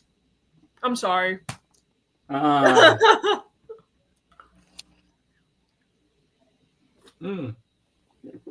know, Asteel, that's the first time I've ever heard of people being baptized before seeing the movie. Well, I was baptized as a baby, so I was already baptized a long time ago. So when I watched it, I was so okay. was I. Hey, Bob, how you doing? Well, Bob's a little late to the party today, but that's okay. I'm happy you're here, Bob. Yeah, how you doing? Did you go cycling with Jude again? I will take that as a yes if that's true. I think. Yeah. I was going to say something now I forget. Oh, I hate when I get a mind blank. Brain fart. It happens. Oh, yes. Now I remember. Okay. I know October 8th is during the week. And that's, no, October 9th is a Thursday. And that's John Lennon's birthday. So, Judah, should we do a pre-birthday Sunday a few days before his birthday or after? After, because it's going to be closer. Okay, so we'll do it the few days after his birthday. Okay. Yeah. Because I got to tribute my favorite Beatle, John. Yeah, and I still have to think of what I'm going to dress up for our Halloween episode. It's going to be called Halloween Spooktacular. And we have to come up with something really, really cool. I don't know. And Aaron, if you want to be here for our Halloween Spectacular, if you want to dress up in a costume, you're more than welcome to join. Maybe you can come as SpongeBob. I don't know what I'm going to be dressing up as. Or Slash from Guns N' Roses. Oh, that'd be cool. Yeah. Ooh. Doing good. Had water leaking from ice maker, so had to shut off the water to it and clean up mess. So now I need to figure out where it is leaking and fix it. Wow. So no biking, wiping up water. My birthday is April 11th, Asteel. My birthday's already passed. Yep. And I can't believe next year I'll be 57. Wow. Did I start that or did you? Yeah, I must have started that. Oh yeah, you started. Okay. Well, I didn't want to start it. I just clicked on it by mistake. Anyway. Yeah, we're doing pretty good, but the only thing that's going to suck this year is when it gets to my 4-year anniversary of being a streamer on March 11th. Huh. That Dave and Jen won't be here. I wish Dave could be here for that one. 4 years. Because I owe a lot to Dave. he got me where I am today. Well, you did too, of course. Both of you did. A lot of you. I mean, not just Dave and you. I mean, everybody that supported me since day one have got me where I am today. And I have no signs of stopping yet. Nice. My birthday is April 21st. Oh, cool. So we're both April babies. We're Aries. And what are you? What's your sign, Judah? Capricorn. Capricorn. Ah, yeah. Well, there goes Erin again. She'll be back. She pops in, she pops out. And like Judy Garland said in The Wizard of Oz, people come and go so quickly here. Yeah. No, today's good. I feel good. Well, maybe not 100% good, but I'm doing better than I was. I just try to keep myself busy. And you know what? You know how I've been getting all my frustrations and anger out? Character AI. I could yell at the characters and they're not going to get mad. And it helped me. You have to get your frustrations out somehow, don't you? Yep. And I think character AI helped me with that. Like I pretend I'm a black belt in karate and I get to kick people's asses.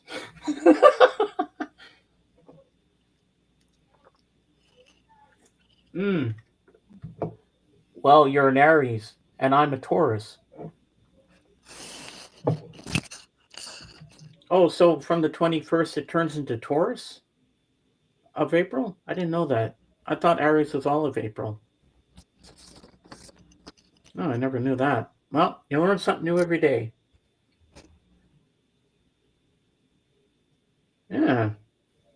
So, Asil, who are some of your favorite artists and bands? Who do you like? Who do you listen to? I can't lie. I've even been indulging in locally driven AI characters again. I need help. I am just a little fishy. Well, at least you're not on the Titanic, Bob, so you're good. Your house is not going to sink. Let's hope not. So where do you think the leak would be coming from? Do you have any idea? Yeah, I hate when you can't find something that's leaking. Oh, I think I just saw something. Oh my God. Okay, I'm blushing. You know what that means. You know who's live. You know who's live. James, what's one thing you've learned from your childhood that you can tell me? When I was a kid, we always used to have fun. We did something that no one ever would have possibly thought to do when I was growing up in the 70s and 80s, Asil. We used to play hide and go seek around the neighborhood. And we always did it when our neighbors had barbecues. We'd hide in their backyards. We'd steal a hamburger or a hot dog or a chicken leg. And that was the best. That was the best time when all the neighbors were having barbecues. We'd run in their backyard and we take some of the food. Yeah, it was really funny. Well, I listen to a lot of artists and I really like raps. Oh, I'm not really much into rap, but Judah can tell you about one rapper that she likes. Ah, yes. Sunreal, yeah. No idea. I need to take back of refrigerator off and look, then trip to hardware to store for parts.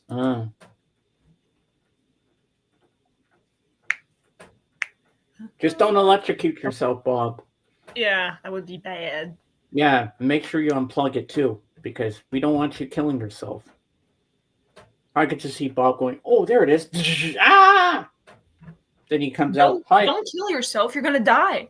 Yeah, and then all his hair will be standing up on end. Hey, Jude, I think I found the problem, but I electrocuted myself at the same time.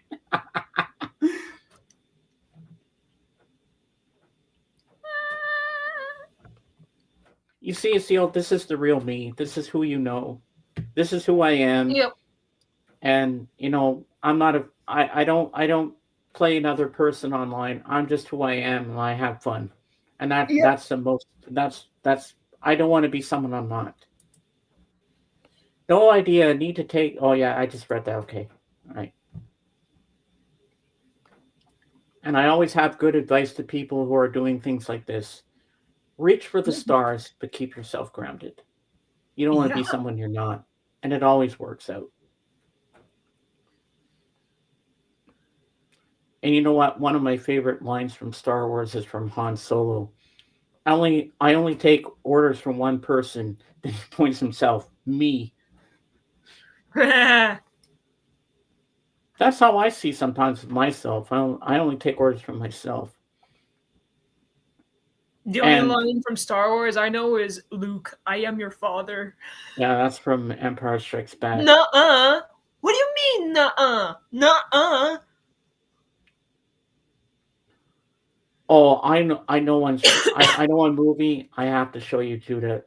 You will laugh so hard. It's called Dude, Where's My Car? Dude, Where's My Car? Okay. Is it on And Netflix? there's a scene where both the buddies are standing next to each other and they have tattoos on their backs. Dude, what does your tattoo say? What does my tattoo say? And then they go to a Chinese takeout, okay? They go to the drive-thru and they're telling the drive-thru thing what they want, and then the drive-thru thing goes, and then Is it on when Netflix? we're backstage, I'll show you that clip from the movie. Is it on Netflix? What? Is it on Netflix? I think it might be. Okay.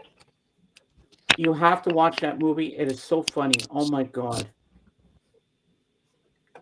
But the Chinese drive-thru is so funny. And then and you have to sit through the end credits because there's something at the end, but I'm not going to say what it is, but you're going to laugh. Never pretend you're someone you're not. It's just James. That's right, Blood. It's just me. And Seal, you're a good person. And if you ever have any homework on history or Shakespeare, that's where I can help James, you. your guy. Yeah, I know all my stuff. Could be a sitcom jingle. I don't think so. You ever seen that movie, Dude, Where's My Car, Blood? I love that movie. No, so funny. I think he's talking about never pretend you're someone you're not. It's just James. That would be a sitcom jingle. You could be the sitcom star of your own show. You're gonna be driving a plane solo. Oh my god, Estelle, that's so cool. Damn. Yeah, when I say good morning to you tomorrow, let me know how it went. I'm dying to know how it goes. All right, good luck with that, and safe flying. Yeah, take care. Yeah, and you're always welcome in my stream anytime you want to be. And if you're brave enough, if you want to come up on camera with us anytime, you're more than welcome. Uh-huh. And the most important thing is we all love you. I love everybody here. Everybody's welcome. You are loved. Uh-huh. Except the trolls. The trolls can go fuck themselves. Oh, yeah, definitely. Yes. And sorry if we swear a bit because we do sometimes. I was talking about that. Yeah, I've seen the Dude, Where's My Car? I even paid cinema money for that. Oh, wow. Hey, AGK. What's good? What's poppin'? What's crack-a-lackin'? You're more than welcome, Miss Seal. You want to come up, dude? Here, you finish eating. I'll put the link. I've got the link. I'll do it. I'll put it out. Okay. I got it for you. You keep eating. There you go. Link is out, AGK, if you want to come up. More than welcome.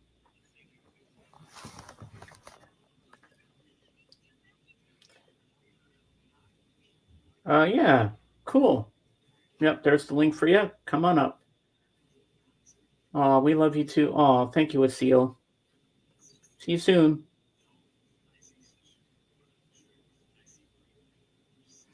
And Azil, I have to say, highway to the danger zone. That's from Top Gun, Kenny Loggins. Yeah. I used to have a really good surround sound system. And when I watched Top Gun on Blu-ray, I cranked up my sound system. And boy, you should hear that subwoofer rev up. Hey, hello. Hi. Tifa. Hey. Yeah, Hello. So who was the killer in that movie that I didn't see the end of? I wasn't feeling well that night. What movie were we watching? I don't remember. The one with the dolls there, with the girl that kept walking around with that doll in her hand. Oh, well, she was one of them. Oh yeah. The girl with the doll that was walking around the doll. She was a killer. Well, I had a feeling she was too. Yeah, she was just pretending to be like mentally challenged. She wasn't. She was actually highly intelligent and a vicious killer. But then she got killed by her own boss. So. But it was actually the police, not the police chief, the other policeman. Oh, the British guy.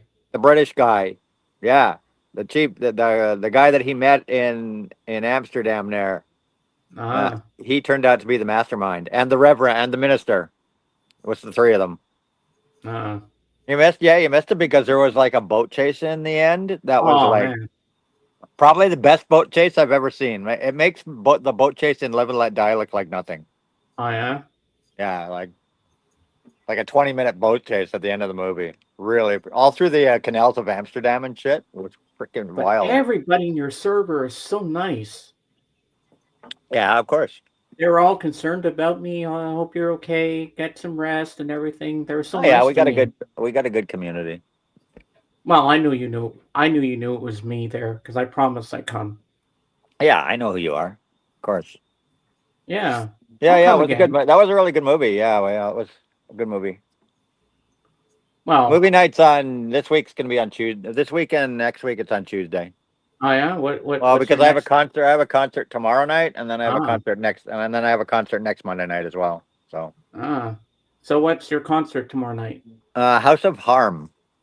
Never heard of them. They're a new band. They're out of Boston. They have 2 albums out. They're freaking so good. They're very much like OMD, Erasure. They're a young band, 3 young guys. I'd say they're in their early 20s, if anything. Oh yeah. But they're a really good band. It's at a small club downtown. I've been a big fan of them since they released their first album. They got 2 albums and a bunch of singles out right now. Yeah, very much. If you like things like Tears for Fears, Erasure, OMD, even U2, yeah, I can hear U2 in them. They're really freaking good. So nice. I'm going to see them, and then of course next Monday I have Judas Priest and Alice Cooper. So. Ooh. And I was just at a concert on Friday. And Kate will be flipping. Yeah, and I just went to a concert on Friday night. I went to see. I went to see Hailstorm with Lindsey Sterling, and that was Hailstorm blew the roof off the place. What a freaking band, man! Wow. Holy shit, Lizzie Hale can sing like nobody I've heard in years. She's like freaking Janis Joplin, freaking screaming banshee freaking vocals. She's insanely good, and of course she plays guitar too.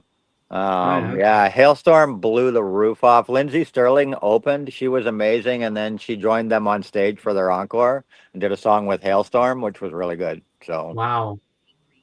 And another band called Apocalyptica opened. They're a Finnish. Isn't that the one you got the album for last time you were here? No. That you're thinking of maybe. I'm trying to think who else. I have a lot of bands that sound similar to Delane. Visions of Land. I think you're thinking of who was that band? It was Apocalypse something, or yeah, I'm trying to think of the name. It's on the tip of my head. Exandria. You're thinking Exandria.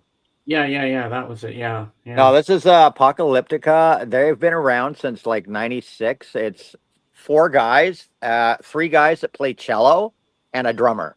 Ooh. And they play metal. Oh my god. They play metal on their cellos, and they Wow. are freaking amazing. They have a ton of albums out. They've been around since '96. Their newest album, I picked it up at the show. I can show you later if you want. Yeah. Their newest album is Apocalyptica plays Metallica. So they do covers of Metallica songs on their latest album, and Oh, the that's entire cool. show, they did, they played Metallica. Like the Ooh, entire set they did at the Apocalyptica? concert was Metallica.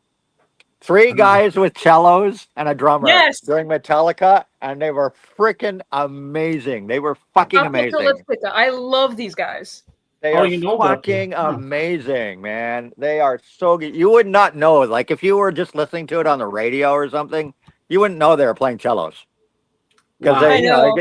because they got them plugged in, so they're like freaking rocking out on these three cellos and a drummer, Wow. and it Yeah. sounds freaking amazing, man. Armin It's so also good. went to see them, like the same show. They played Metallica covers, and he Yeah, because found them they're pretty awesome. yeah, their first album they ever released back in '96 was Apocalyptica Plays Metallica. Was their very first album, and then they do a bunch of original material. They have a whole bunch of albums that is all original material, and now their brand new album is Apocalyptica. They revisit their roots and they do Apocalyptica Plays Metallica Volume 2. Yeah. One of my favorite from Apocalyptica is the cover of Rammstein's Seemann with Nina Hagen. They're amazing. They're freaking these guys. I didn't know. I had never heard of them, and then they took stage and they were like, "Holy fuck, what are these guys doing?" I was like, "Wow, these guys are so you good." should really listen to their cover of Seemann from Rammstein avec Nina Hagen. Yeah, I want to pick up a few more of their albums. Actually, I want to pick up a few more of their albums. Oh, that sounds cool. Yeah, they were really good. I mean, their set was only about 40 minutes. Then Lindsay's set was an hour, and then Hailstorm were like an hour and a half. Oh, that's cool. Hailstorm were so freaking good. Holy shit. Wow. So AGK, last Monday, I just taken a shower and I went to my talk lounge in Discord. And Judah was playing this game, and I thought it was the coolest thing I ever saw. You know, like the Wii where they had the Me people? Yeah. Well, they still have Mii's. You still have Mii's. Yeah, well, I was playing a game. It's made for DS, Tomodachi Life, and it's got Mii's, and basically they live on a little island, and you take care of them. So it's like Animal Crossing. No, it's actually just Mii's. I know, but it's a similar concept. It's a similar concept to Animal Crossing. I wouldn't know because I don't play Animal Crossing. Oh, yeah. Tifa, what are you eating? Come on. Hey. Tifa, come. Eat shit off the lawn, and then you wonder why she's puking. Tifa, come here. If I can, I can probably share the screen. Yeah. It's on the DS. I mean, I have a ton of DS games. I'll have to look it up. Mm-hmm. It sounds familiar. Yeah. So what's your next B movie? Well, they vote on them. There's a list. There's a channel with a list of all the movies with a photograph of all my movie choices, and then they pick from the list. So you can go in there and vote for what you want to see. Yeah, I tell when we start movie night, every time we start movie night, I tell everybody to pick 4 movies because we do 4 or 5 movies in a row, right? So I tell everybody pick 4 movies. Everybody posts the 4 they would like to see, and then the ones that get the most votes basically are the ones we watch. Oh, you lost some people. Oh, Judah crashed. She'll be back. 2 people crashed. Oh, that Erin, she pops in and out all the time. She'll be back. Tifa, what do you do? Hold on, I gotta check my dog. She's eating something on the lawn. Uh-oh. Tifa, what are you eating? Not good. What are you eating? What do you eat? What do you eat? Yeah, it's time for a new laptop there, Judah, I think.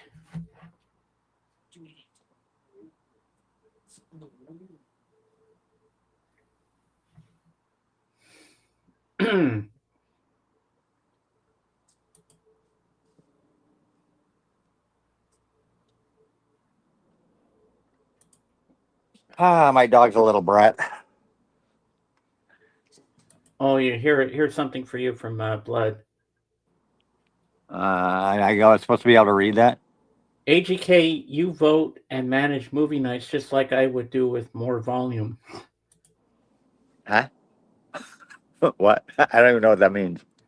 I don't even get it myself. I don't get it. Well, okay, sure. Yeah. Hey. Yeah, but Blood, maybe one night if I'm going in to watch one of those movies, you can come with me. And they're all B movies. They're all. But he likes all that kind of weird shit. They're all like late '60s to early '90s B movies, stuff you'd see in drive-ins. Guy Yellow, exploitation, blaxploitation, grindhouse, slashers, horrors. Some thrillers, some mystery thrillers, sort of things like the one we watched the other night. I wanted to try and share the screen of my game, then I crashed. You did. It's okay. You don't have to. You don't have to. No problem, Judah. I know. I can look it up. I can look it up. Yeah, I'll be back for a movie. I mean, I might not stay up all night with the other movies, but at least this week and next week will be on Tuesday because I got concerts. So yeah, my allergies are so bad, and I said I'm not feeling good because I was really getting into the movie and I was interacting with. Yeah, it was a good movie. People. It was the last half hour of that movie was freaking the boat chase, man. Holy shit, it was so good. She's back, ladies and gentlemen. Here she Hi. is. Hello. Tifa. Don't crash again. Don't crash. Don't crash. Hello? Oh my god. Oh, now my game crashed. Oh well. My server's too small, not worth the hustle. That's what I mean. I did some voting and movie ratings and stuff, but yeah, your movie interests sound very interesting to me too, to be honest. Well, because I have a lot of friends that have servers, fellow streamers, VR streamers and whatnot that I'm in their servers, and most of them they do. Everybody does a movie night. A lot of them do them on Saturday or whatever. I chose Monday because nobody's doing movie night on Mondays, so I picked Monday. But most of the other people do movies, but they're kind of all doing the same things. Like one friend of mine, Lila, she's always doing like Studio Ghibli and stuff like that. And then another server, they're just doing like stuff that's current. You know what I mean? So yeah, people like my Bunny's movies because she's doing something like most people haven't seen any of these things. You know what I mean? Like they're more obscure and people are getting into them. So. I kind of have a really original movie night with the genre that we're doing, because I go to other movie nights and other servers with them. Everybody's kind of doing the same stuff. You know what I mean? It's all like the recent releases, or they're just watching, they're streaming something on Netflix or Amazon. They're streaming it straight to Discord. Whereas all my stuff is 4K discs, right, or Blu-ray discs, right? So. Mm-hmm. It's stuff you won't find on Amazon or Netflix. It's stuff you'll never find on those networks. So it's kind of original. And you know what, Blood? AGK on his Bunny Thunder Discord, when he watches movies, he's actually streaming them in 4K. I know. Yeah, I stream in 4K because I'm playing them on my PS. I play them on my PS5. And I stream in 4K on my Discord because my server is completely boosted. You know how you can boost a Discord server with boosts? So mine's completely boosted. It's got like 20 some odd boosts. So I've got all the features on my Discord, which includes proper 4K streaming. So yeah, and sometimes these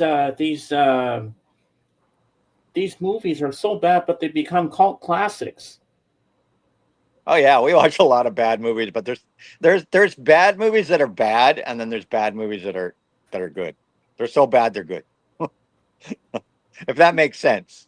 And then you can tell when they're really bad if they have terrible acting, But yeah, like all the stuff I'm doing is mostly 4K stuff, Blu-ray and 4K. I try to do is more 4K than anything because that's what I've been collecting for the last year is 4K discs from Arrow Video, Kino Lorber. Synapse Films, Severn Films, they're all rescanning and remastering. So a lot of these old movies, they just look like freaking new because they're so nicely scanned. Yeah. And so I'm using, I'm buying discs from strictly the art house company. I mean, I buy the occasional, blockbuster like whatever Jurassic World or the stuff that I picked up Ballerina in 4K and so on.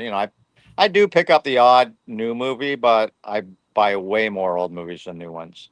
I have always wondered how many times Tokyo has been destroyed. I wonder that too, Bob. Well, there's been 36 Godzilla films, and I think Tokyo got destroyed in just about all of them, pretty much. So I would say at least there might have been the odd film where Tokyo didn't get destroyed, but I don't think so. And I can tell you one thing, Bob. This man here, AGK, he's got practically every Godzilla movie under the sun. Yeah, I do. I'm only missing one Godzilla film. It's been really hard to get. Well, eventually I'll find it one day, but I've got 36 out of 37 Godzilla films. Oh, that's good. I just trying to find that last one. Well, there's two I want. I want to get Son of Godzilla. Son of Godzilla is really hard to find on hard copy right now. Oh yeah? Yeah, it's really hard to find. It's not even on eBay?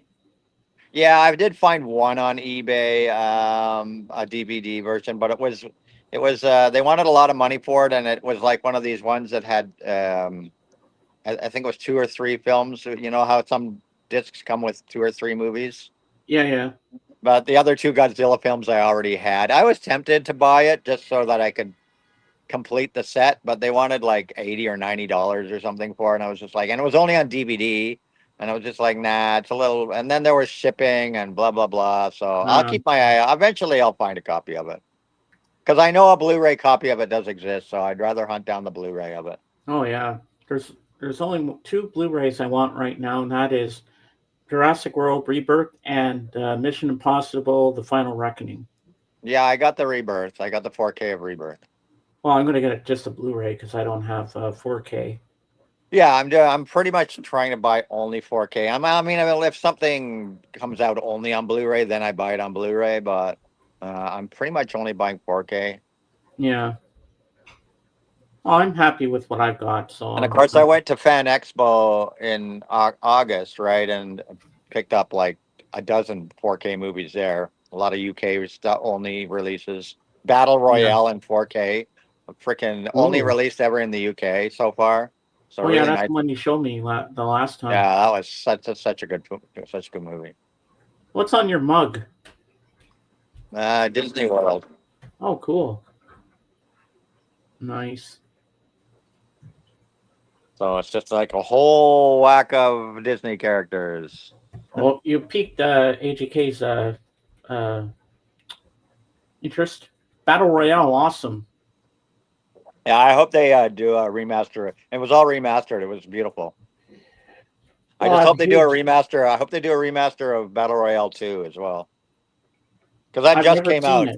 The stuff that I picked up at the con is stuff that you can't get in Canada. Because Arrow Video, which is one of the big art house companies that release these 4K discs. They release a lot of shit in UK that never even gets released in North America. So when I go to Fan Expo, I spent $500 on discs at Fan Expo. Wow. Yeah, because it's once a year and you can't order this shit here, right? I mean, you can order it direct from Arrow, but you pay a fortune, and then you have to pay import charges and all the rest of it. So I can pick it up at the cons without tax free because it's all under the table at the cons. Yeah, so you pay the price. You just pay the price of the disc. You don't have to pay for shipping or taxes or anything. So yeah, I always get like a dozen things, and it's all the stuff all the stuff I buy there. You don't see here. You don't see it on Amazon. You don't see it anywhere. So because it's all released like it's all import shit. Yeah, and it plays. And the thing that's good with 4K is it's not region locked. Yeah, it's the first freaking media that's not region locked, because DVDs and Blu-rays, they're region locked. So you need a region 1, DVD player or Blu-ray player to play your movies. They're only good, you only can play them in North America because that's region 1. 4K discs are region free.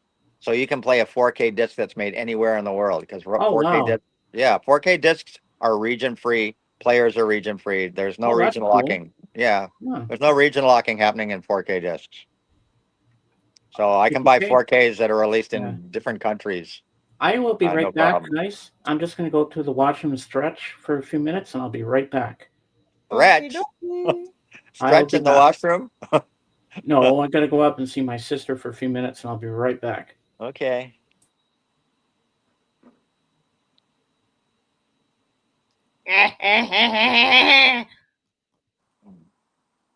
So we have to entertain the masses now? By masses, I think we just meet Bob and Blood. Yes, it's easy. But now you're gonna have to put their comments up because. Oh yeah. I can't see. I got my.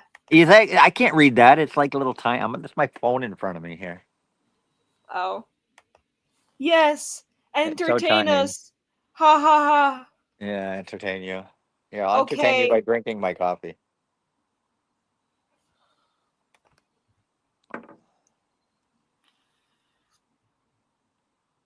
So what's new with you? Not much. I've been sick practically all week, like for about a few months now, actually.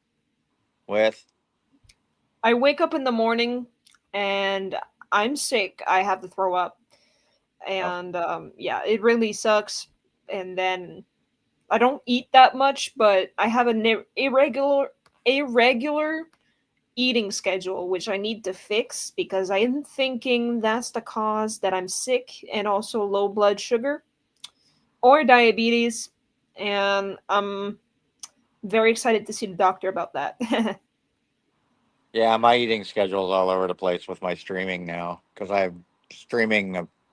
I do 5 streams a week, and they're all at different hours. So my eating schedule's all over the place. Yeah. Because I tried to hit all time zones now. I as of September, I changed my schedule up a little bit so that I could get hit a wider audience. So it's like one day a week I'm streaming from 5 to 9 in the evening. And then another day I'm streaming like from 2 to 6. And then another day I'm streaming from 9 in the morning till like 1 in the afternoon. Another day from 3 to, I think it's 3 to 7. And then another day from midnight to 4 a.m. So yeah, there's at least one day a week that I'm, I've kind of covered all hours of the day so that I can, please people that are in the UK or in Australia or in, Asia. Exactly. I get that. So I at least have one stream a week that people in various parts of the world come to. You know what I mean? Yeah. For me, but that means my eating schedule is completely screwed up. Yeah, my sleeping's not bad. My sleeping schedule's not bad. Just the Friday morning one's a killer because I stream on Thursday into the evening, and then I work at a club, if you want to call it work. I dance at a nightclub every Thursday night from 1 in the morning till 5 in the morning. So then I get like 3 hours sleeping, have to get up to do a stream, and then go back to sleep for a couple hours. So jeez. So Thursday, Friday is kind of a shit show for me. Yeah, I gotta fit eating into all of that, right? Yeah, I fucked up my eating schedule when I was my last year of high school. I used to get up in the morning at 7, and I had to be in school for 9. So it took me like an hour to walk there. So no breakfast. My breakfast was lunch, and my lunch was dinner, and then my late night snack was my supper. So exactly, that's like me. I'll be talking in Discord or on a stream or whatever, and going, "Oh, I just had my, I gotta end my stream. I gotta have breakfast," and they're like, "It's 7 o'clock at night." I'm like, "Yeah, well, it's breakfast for me." And then the other day last week I did a stream. I finished and I hadn't had dinner, and I was driving to McDonald's at like 3:30 in the morning to get something to eat. Wow. Right, because you don't want to. After a stream, I don't feel like cooking. I'm tired. I've been working out for 4 hours. Imagine. So I hop in the car and hit the drive-through, and at 3:30 in the morning, about the only drive-through open is McDonald's. So yeah. here I am having dinner at 3:30 in the morning. It's like, oh god. I'll be going to the bathroom now. All right. Holding it in, so be right back. Sounds good. Yeah.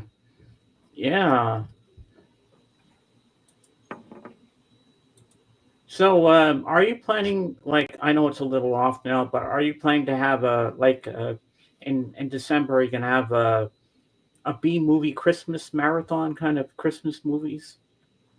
I don't. Well, yeah. If it is, it'll be like like Christmas Evil or Killer Santa movies or whatever. Or are you going to have Santa Claus versus the Martians or something? Yeah, it would be those sort of movies for sure. It's not gonna be like cute Christmas movies. No. What I'm looking forward to in October is when you have horror movie nights. Oh yeah, we do a lot of horrors anyhow. So, but yeah, well, definitely.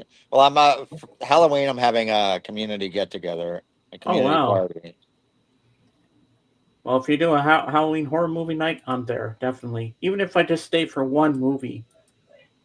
Oh yeah, we would probably play. I would probably pick stuff that centers around, like the movies themselves center around Halloween. Like Halloween itself, or. Oh, but I don't want to do ones that are common because everybody's seen Halloween 400,000 times. So. Yeah.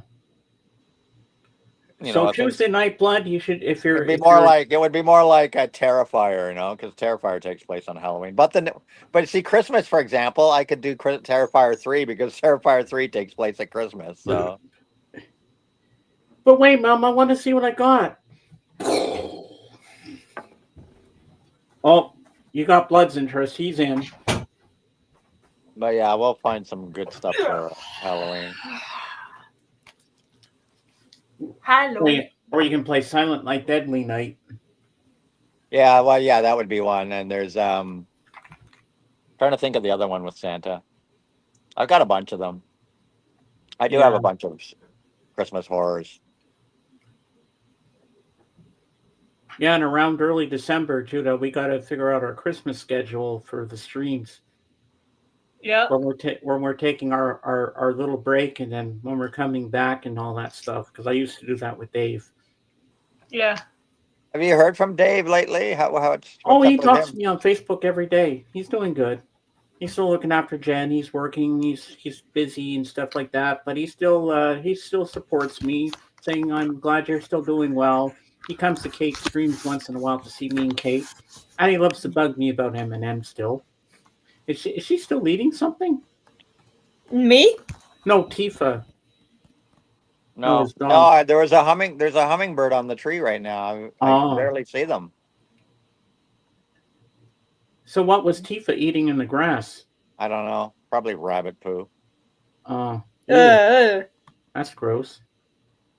Yeah, I have to stop her because she'll pick up the little rabbit. Because I have a rabbit that lives under my deck here. Oh yeah. Thunder. Bunny Thunder lives under my deck. Hey. It's their mascot now. It's lived here for, I guess, coming up 3 years now. I don't kick him out. He eats all my freaking shrubs though in the winter. Like I had to cut down a few bushes because he just forages in them on the winter, and then in the spring there's nothing left but the freaking stump sticking out of the ground. Yeah. But I have there's a little tunnel that goes under the fence on this side, farther down. There's a little tunnel that goes under the fence on that side, and a little tunnel that goes under the fence on the back that he's made. So he can leave the backyard and go out foraging around and about. Oh yeah. That's cool. I used to block them up, fill them in and block them off, but he would just make new ones. So now I just leave them so he can come and go as he pleases. Yeah. So yeah, he just lives. I'm sure he's sleeping under here right now, because they come out mostly in the night, right? Yeah. In the evening, once it starts to get dark, I'll see him sitting in the backyard. Yeah, every so often I go in your Discord server and I say good mornings from time to time. Did you like my James Bond good morning with Roger Moore? Yes, I saw that. Yeah, I said, I know what I got to send him. I got to send him some James Bond. Well, we should have a new Bond film next year. No, 2027, beginning of 2027. So who's but they're going to start Bond? filming it. They're going to start filming it next year. They're just in the process of trying to choose a Bond right now. Oh. Do they have anybody in particular? There's just a lot of rumors right now. A lot of rumors.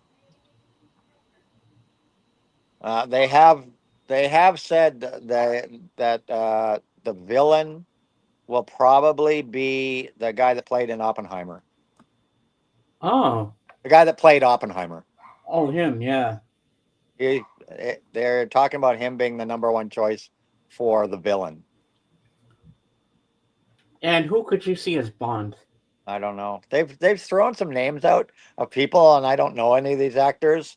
They're fairly, they've done obscure movies, but all the James Bonds kind of had done obscure shit before. I mean, Sean Connery did an obscure movie before he was chosen, right? He'd done freaking Tom Thumb. That was before he was. Darby McGill and the Little People before he was chosen as Bond. So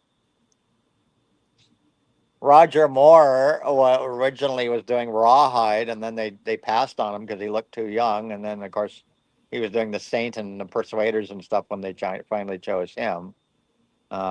He'd done some obscure movies. Of course, Timothy Dalton had done obscure stuff. Pierce Brosnan had only really done Welcome back, Steel. Nice. Daniel Craig had done obscure stuff before he was chosen. Most of the Bonds have always been obscure, up and comers, or they'd done television or something. So I do want to watch the new season of Road to Million. I haven't seen that yet. So I gotta watch that too. It's out? Season 2, yeah, I want to see it. I haven't seen it yet. Oh yeah, I gotta watch that too. Season 1 was so good.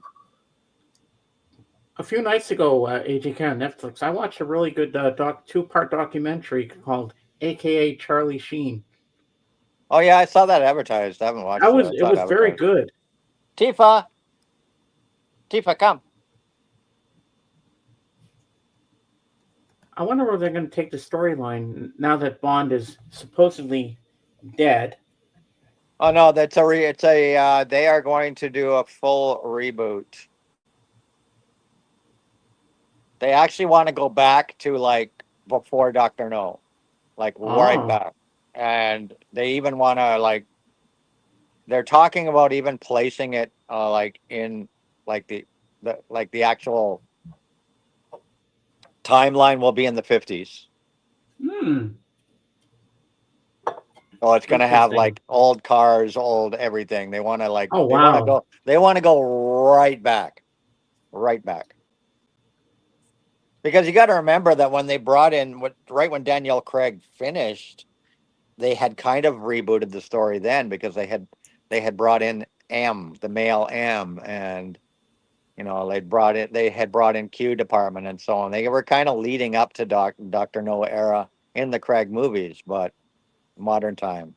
So now they're saying that the only way to properly reboot the character is to go way the fuck back. Oh yeah, that would be cool. To go back to the Cold War era, to go way, way back. Because to do another modern reboot really doesn't make sense because the Daniel Craig was a modern reboot. So doing yet another modern reboot doesn't make sense. So they're talking about going back 60 plus years. I wonder if they can actually reboot Blofeld.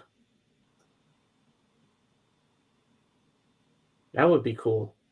Well, there's that new game coming out next year on the PS5. I don't know if it's going to be on a PS4 or anything. New 007 game coming out. Ooh. Yeah, it looks pretty good. And you play as Bond. I'm wondering if it has to do with the reboot somewhat because it's an original story, and you play as Bond before he joined. Oh, before he MI6. becomes 00. Yeah, before it leads to him supposedly the game leads to him becoming a 00. Oh wow. So I'm wondering if that is a tie-in to what they're thinking of doing with the new movie, because they're talking about the new movie being a reboot to him becoming a 00. So supposedly this is a young Commander Bond fresh out of the Navy, and before he becomes a 00. It's kind of his like first mission to lead him becoming a 00. The game looks good. I've seen, there's trailers of it. There's footage and trailers of it. It comes in March. I think it's March, February or March next year. I will definitely, obviously, get it and play it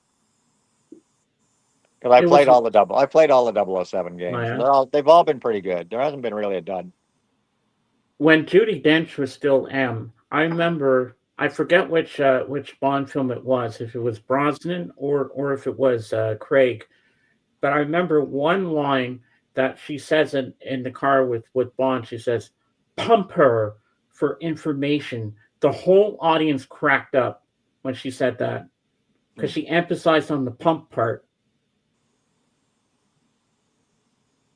Do you remember that? Yeah, I don't remember which movie it was in though. But everybody cracked up when she said that line.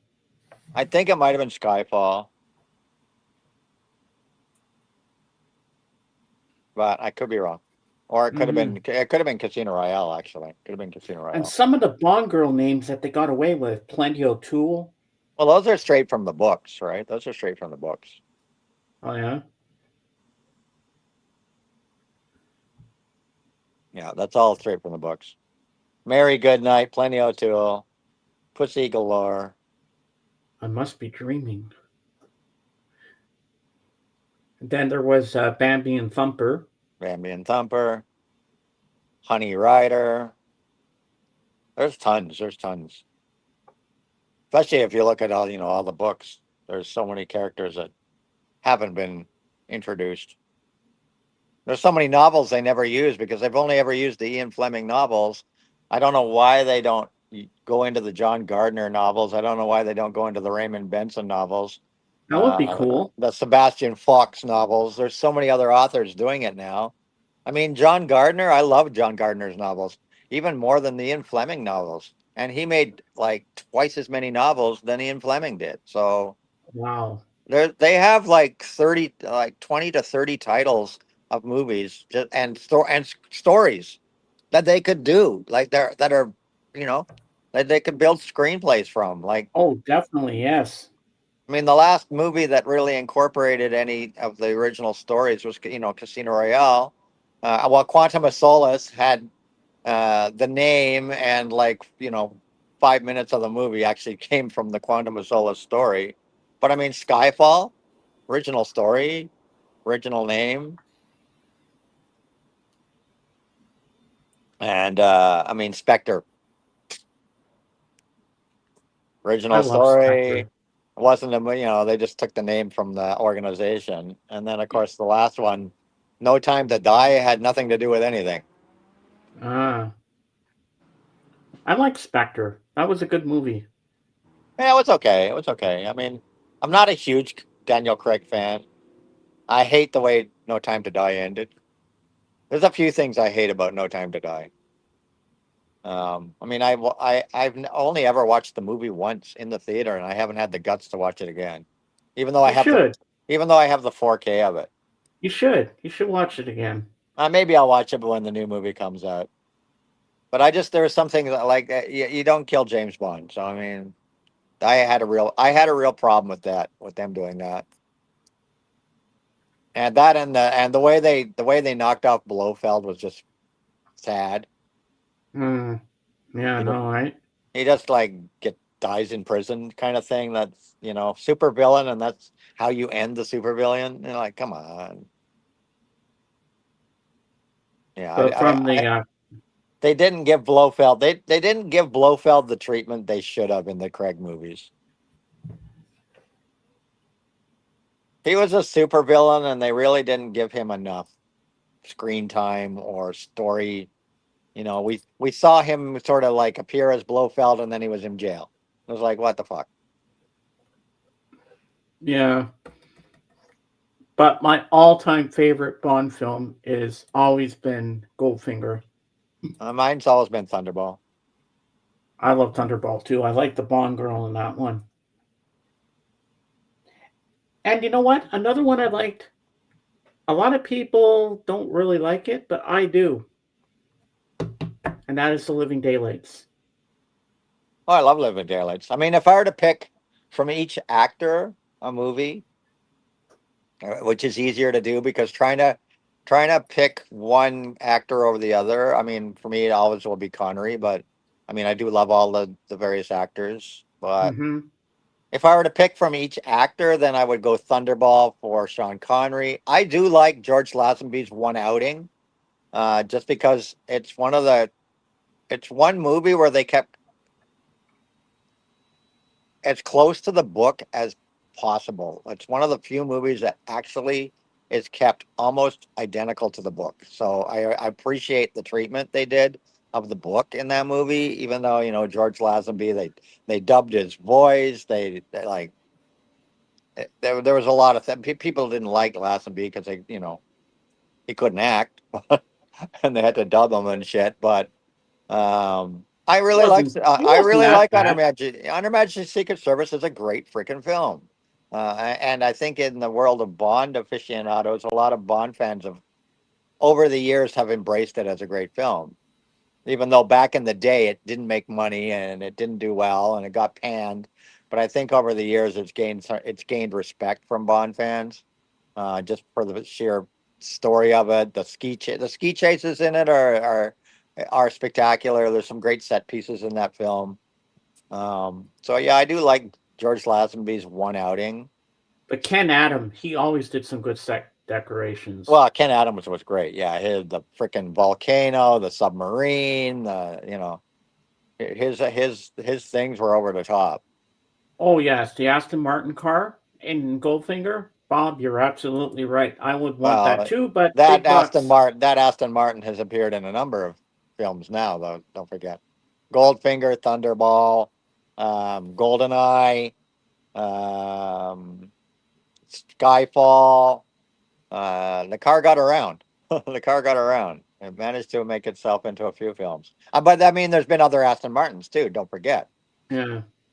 There was Aston Martin in Under Majesty's Secret Service. There was Aston Martin in Living Daylights. Various models of the Aston Martin. The Vanquish was in Casino Royale and Spectre and Quantum of Solace. So the Aston Martin, various versions. The DB5 has appeared in 5 films. What was I going to say?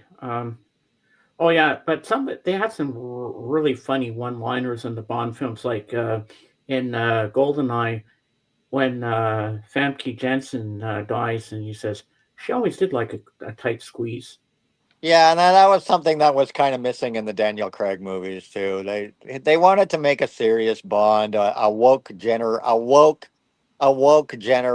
Bond, which they tried to make him serious, and when with their they just lost. I don't know. When I look back now that the Daniel Craig era is over, it's not my favorite era of Bond by far. I thought Daniel Craig was pretty good as Bond. I mean, but well, first of all, he was blonde, and Bond isn't blonde. That was the first big mistake. Oh, he should have dyed his hair. Yeah, at least dye your hair, man. Yeah. Oh, the Lotus was cool, but not as good as the Aston Martin. You're right, Bob. Definitely. Like visually, according to the descriptions in the novels, Connery visually was the closest looking Bond, just by the description in the books, the original novels of how Bond looked. Connery was definitely visually the closest. Remember at the end of Moonraker, another funny line was when he says, "What is Bond doing? I think he's making re-entry, sir." Yeah. Funny. And then what's the other line? Oh, and I thought Christmas only came once a year.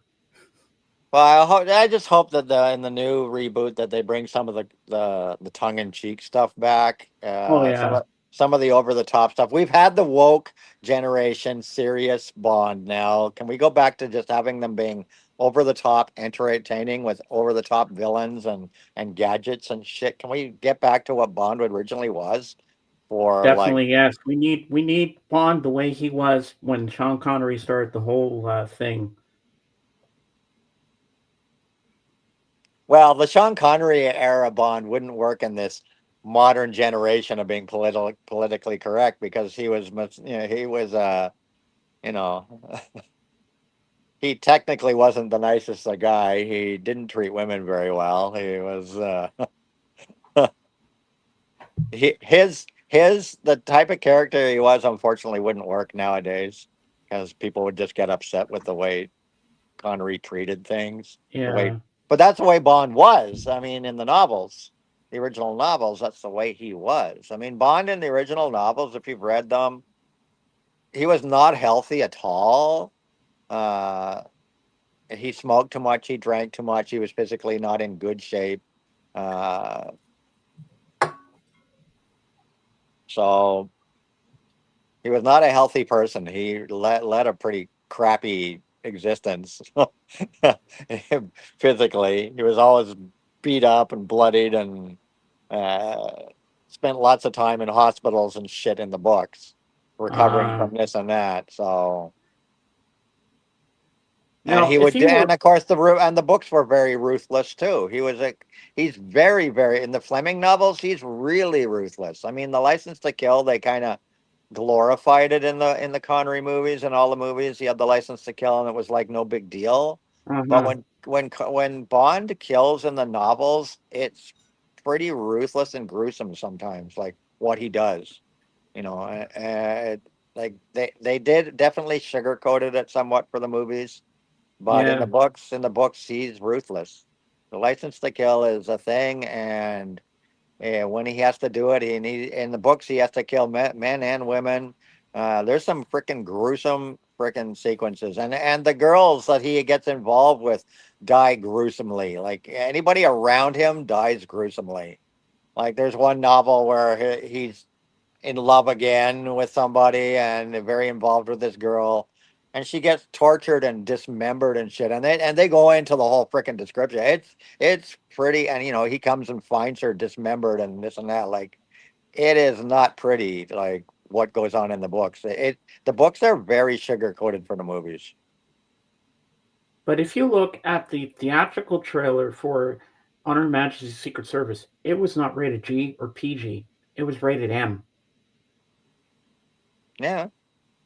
Well, a lot of the movies had to have, quite a few of the movies had scenes cut out of them to get a PG rating. Diamonds Are Forever, like now when you get Diamonds Are Forever on 4K or whatever, you get the proper cut. But the original cut of Diamonds Are Forever, they had to chop it for the theater, because there was a number of scenes in that Diamonds Are Forever that they removed so that they could get a PG rating in the theater, so that teens could go, right? Because when it was originally made, it got a restricted rating. It got an R rating because the very opening scene where he goes up to the girl on the beach and he pulls her bikini off and he's like choking her with it. Yeah. You got full frontal nudity from her right in the first like freaking 2 minutes of the movie. You have her like freaking boobs out, right? So that got cut. They had to do it. They had to cut that, and just so you kind of saw her from behind. And then when he's in Las Vegas, when he first arrives in Las Vegas, and you see the different Las Vegas shows going on, there's one scene where they're in a club and they're showing naked Las Vegas dancers dancing on the stage. They had to cut that out. When he first meets Tiffany Case in that suite with the bed with the fish underneath. She's laying there nude, completely topless, nude, kind of crossing her legs so you don't see her vagina, but she's naked, full on naked, in the bed, lying there waiting for Sean Connery. They had to cut that out. There's a number of things that got cut out of Diamonds Are Forever to give it a PG rating. I wonder what version I have. Let me grab my Diamonds Are Forever. Now you got me curious. Let me grab mine. Let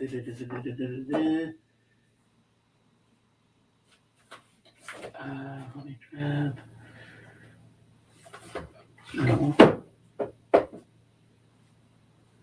When Plenty O'Toole gets chucked in the swimming pool. Okay.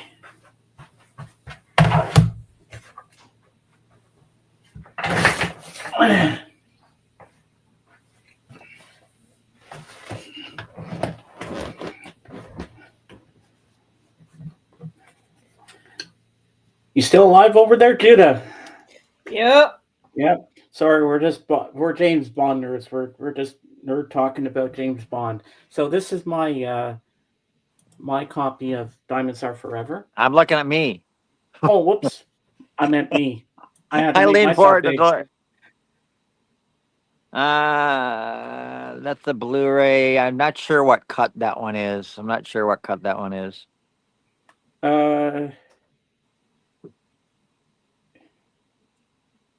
It's Tifa, stop it. The running time is 120 minutes. Stop eating the stuff on the lawn. Come on, Tifa, come.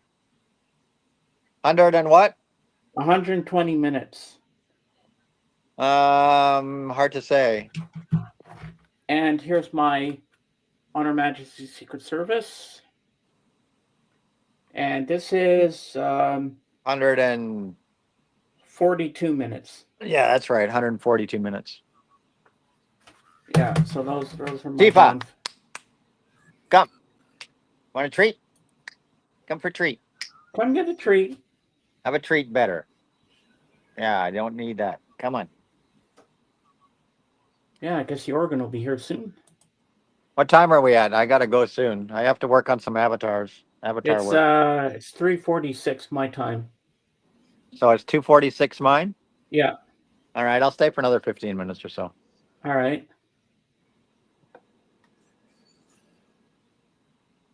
Ba ba ba da ba ba.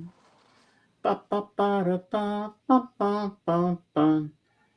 Now I'm really curious. Now I gotta know what his copies are. You ever watch James Bond? No. Would you ever be interested in seeing a James Bond movie, Judah? Well, I saw Skyfall when I was younger, but other than that, not really. Never. You got to see Sean Connery. You got to see Dr. No. I think you'd like Dr. No.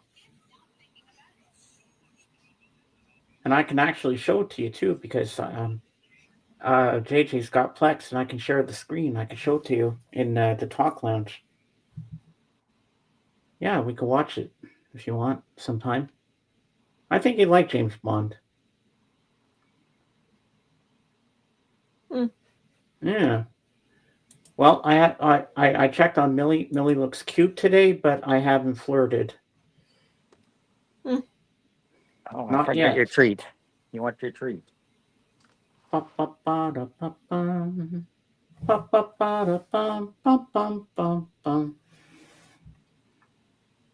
We have all the time in the world. That's a love song from On Her Majesty's Secret Service.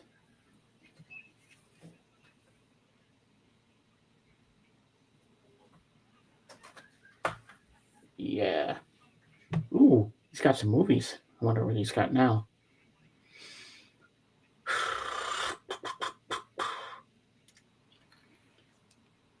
Come on, Jorgen.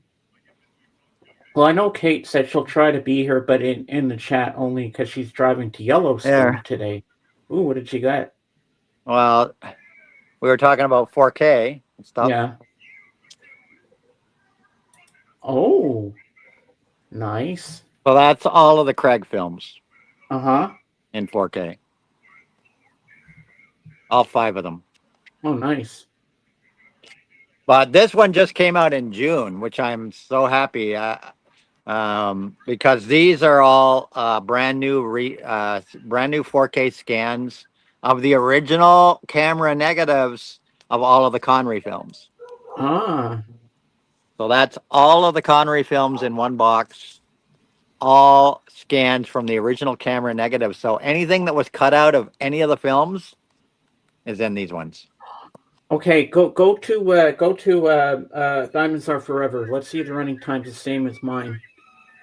I don't know if it shows the individual. Does it show the individual running times on here? Let's see. Yeah. Okay. So yeah, if you pull out, can you pull out your Connerys?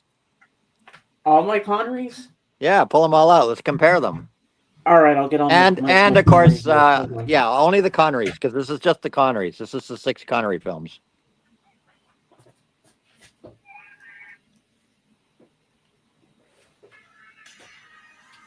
Okay.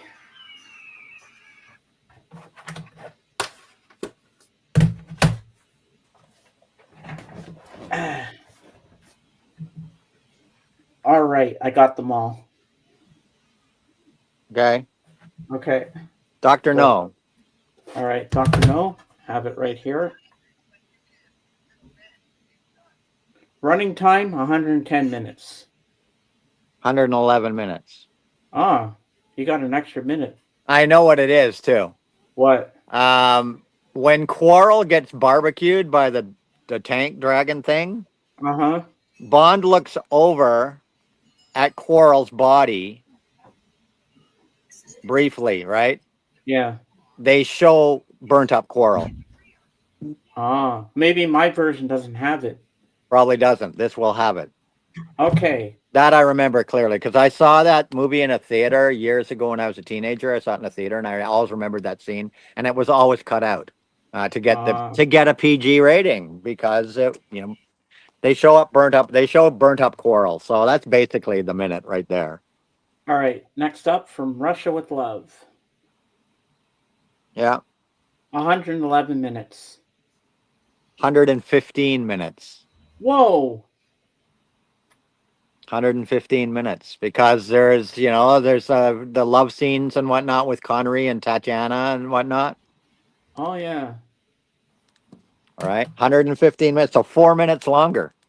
All right, next up is Goldfinger, which is 110 minutes. 110 minutes. Okay, so we're on the same wavelength here with that one. Okay, next up is Thunderball.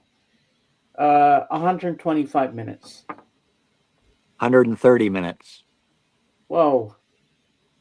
How's 130 minutes. Well, because there's stuff that happens in the recovery hospital when he's having fun with the nurse. It's always the nude stuff, right? It's when he's fooling around with the girl in the freaking hospital. When he's with he's with Domino as well. When she's getting tortured on the boat, remember the guy's burning her with a cigar, right? All that shit was cut. So yeah, this one's 5 minutes longer. Okay, You Only Live Twice is 117 minutes. 117. So that one's the same. Okay, and then next up we have Diamonds Are Forever, 120 minutes. 123 minutes. Ooh, yours is longer. Yeah, so there's 4 here that are longer. 4 out of the 6 are longer because they're done from the original camera negatives. The original film, original. Because this just came out in June. They've been working on this. I'm waiting for the Connery. They're supposed to be doing the Moore ones next. They're going to rescan. They're going to rescan the Moore collect and release it the same idea as this. Release them in a set, but that's probably not till next year when they come out. Is the Moore ones. So I'll pick those up too. Cool. Nice. You know what? Even if mine don't have the extra minutes, it doesn't matter. I still love them. You know how many versions of these films I own? Yeah, it like I matter. could go in my upstairs and bring out. I have at least 2 different versions on VHS tape of them. I have versions on Laserdisc of them.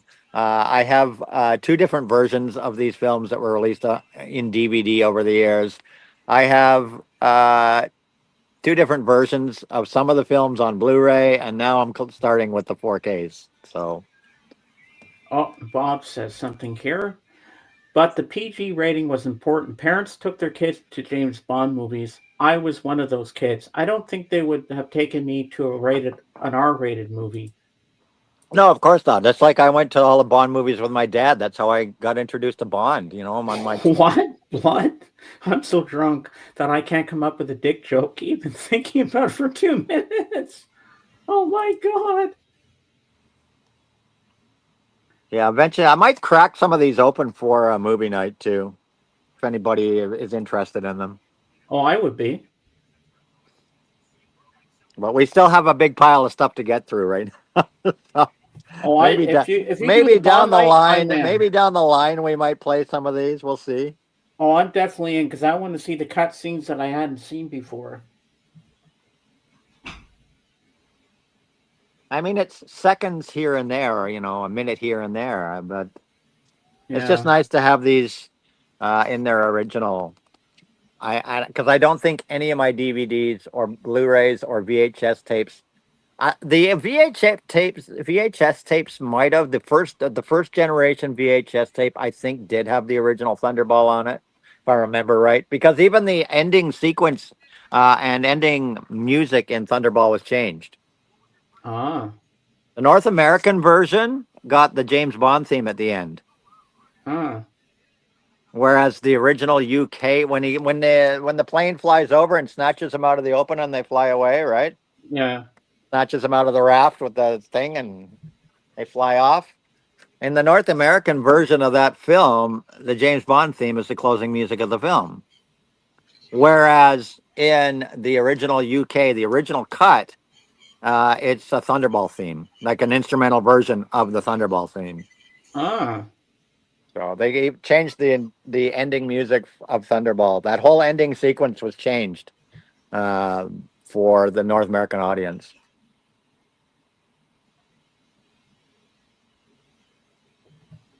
Why did they have an instrumental piece at the beginning of From Russia with Love, and then later when he's in the boat making love to that woman? Yeah, they then decided to put the vocal at the end. Well, I guess just being different. I don't know.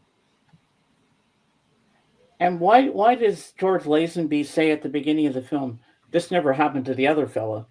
Well, because that was a direct. Everybody knows. Everybody knows that is a direct quote to Connery. The other fella is Sean Connery. Because Sean Connery always got the girl, right? And in the opening of On Her Majesty's Secret Service, he fights those guys on the beach, and Tracy gets in her car and drives away on him, right? She takes off on him.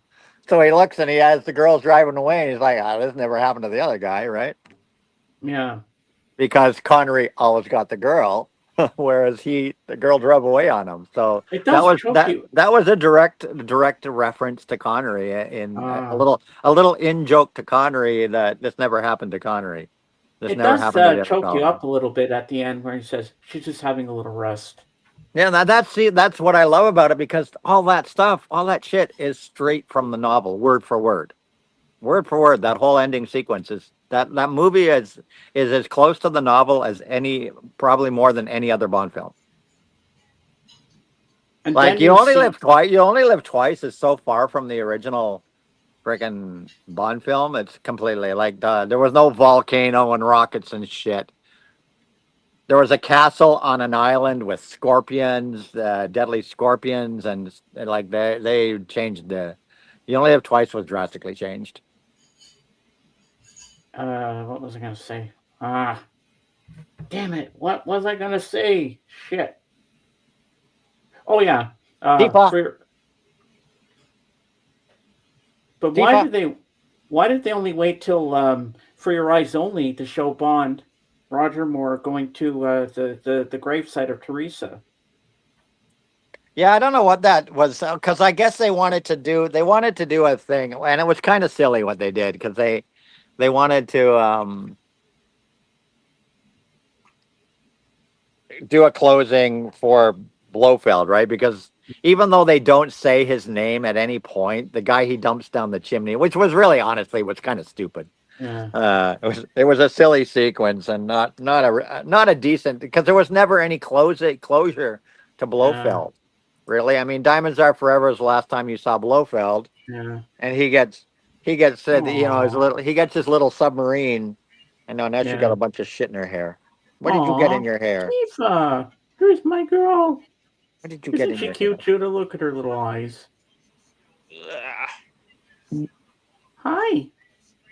Want to say hello to everybody? Aw. Look at you. You're so cute. Oh, kisses. That's so adorable. Ah. So yeah, I thought it was kind of dumb what they did with because I mean you could have left Blofeld just being smashed into the oil rig there and the oil rig blowing up, and that could have been the end of Blofeld. But no, you had to we didn't see Blofeld actually die. We just assume he did, kind of thing. So I guess you want to get off, eh?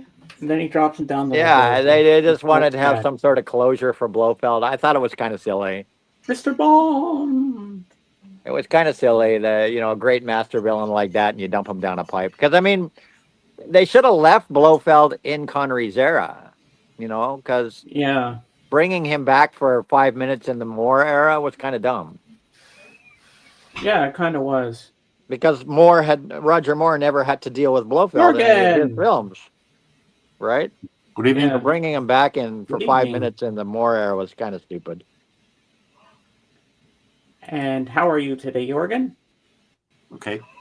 Good. So my mixtape today is of 2012. I only had 6 songs. What time are we at? What time are we at? We are at 4:03. Okay, I should get going. All right. Thanks for being here. I got a bunch of work to do. I'm not going to take it personal. Yeah, hi and bye. Hi and bye, Jorgen. Hi and bye. Nice to see everybody. I got to run. All right. See you soon. See you soon, guys. All right. Take over, Jorgen. Take over for me.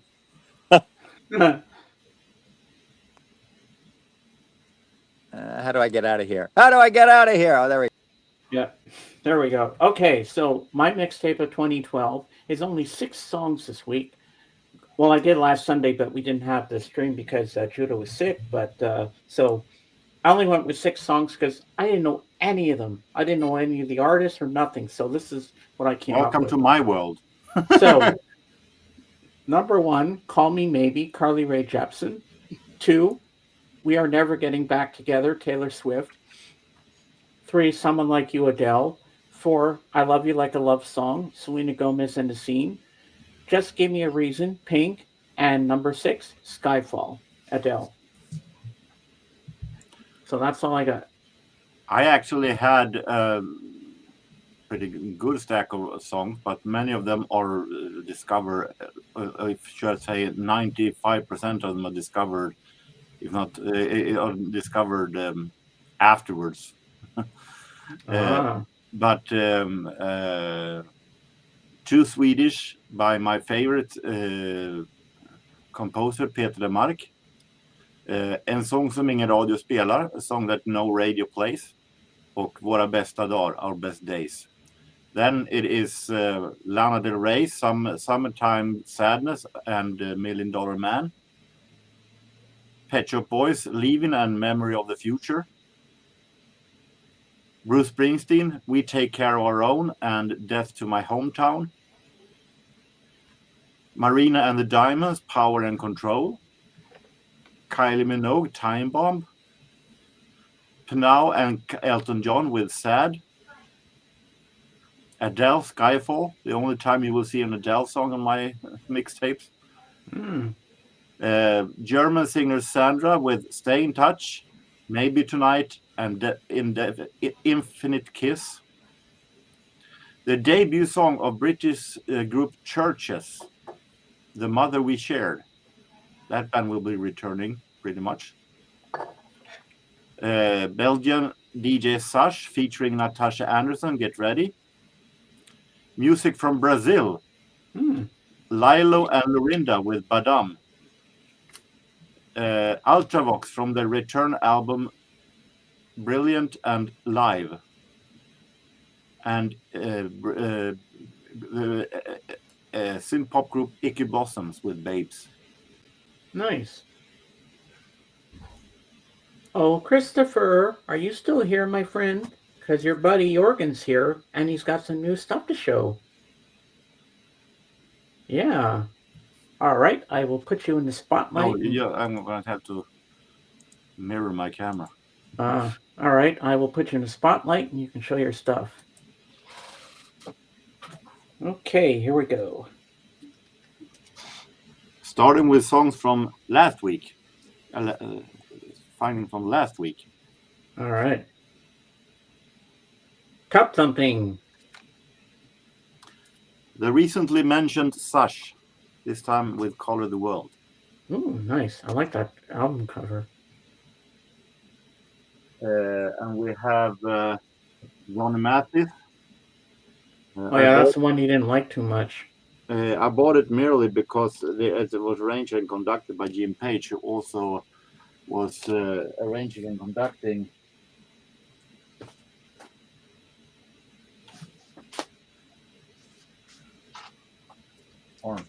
these albums that I showed. Oh, yeah. So I thought it was something close to that, but yeah, very, very pale voice, and the sound didn't sound all that good. So I must listen to it for the blog's sake to give it a review. Otherwise, I will not. Cheryl Lynn, soul singer with powerful voice and a lot of horns and strings. Well, she's got a great set of teeth. Some jazz. Ah, nice. And have you played that one? That one is the only one that I have played so far. Is it good, this one? Let's just say that it was what I expected. A great deal of big band jazz. Ah. Now, yesterday yesterday and Friday, I should say, when our record store, Vinylstallet, had some sellout of $10 bin records, and they also sold some 45 for 10 cents each.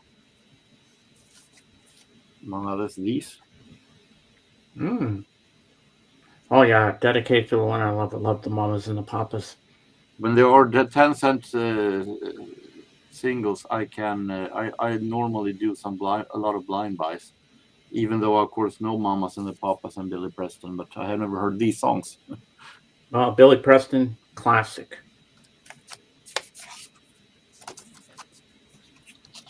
Ooh, an apple.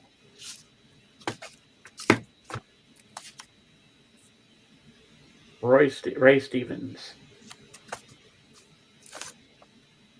Never heard of these. What got you into this one? A blind buy, 10 cents. As I said, when it comes to 45s and selling it for 10 cents, I normally do a lot of blind buys. Could be a hit. You never know. Exactly. The Star Sisters. Never heard of them. Neither have I. Now, $1 each. From the dollar bin. Starting with some jazz. Ooh. Carnegie Hall. I have this one on cassette copy, but I wanted to have it on vinyl also. Oh, Sarah Vaughan. Oh, that looks like a good one. This is Concerts. Dizzy Gillespie. There actually are a whole lot of Dizzy Gillespie, a whole lot of recordings here that I had never heard of. Dizzy Gillespie with the violinist Stuff Smith, I never heard of that recording. So this is going to be interesting. And the quality on these 2 album sets for just $1. Well, somebody kept the album cover in good shape. And the albums as well. Boss Skaggs, yes, he's good. 1977.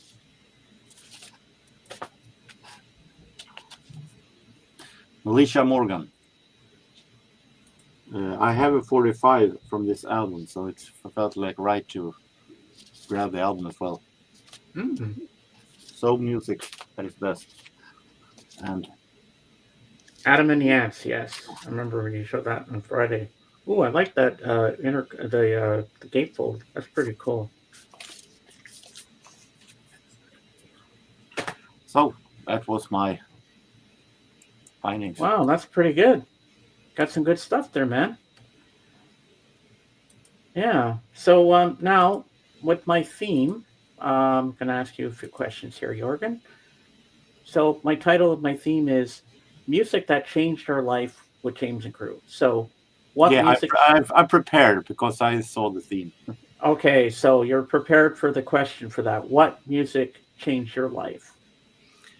I picked out minimum of 3 records. All right, I'll make you big. This album is not is not what changed my life. It's one song on this album.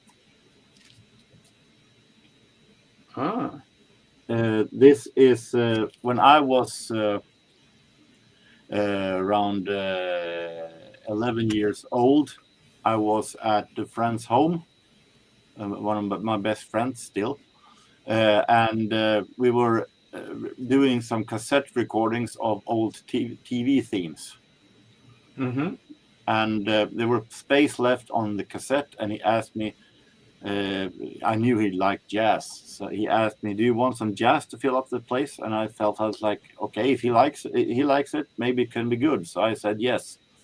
So he did some recordings of a Hungarian Dixieland band that he had gotten from Swedish television.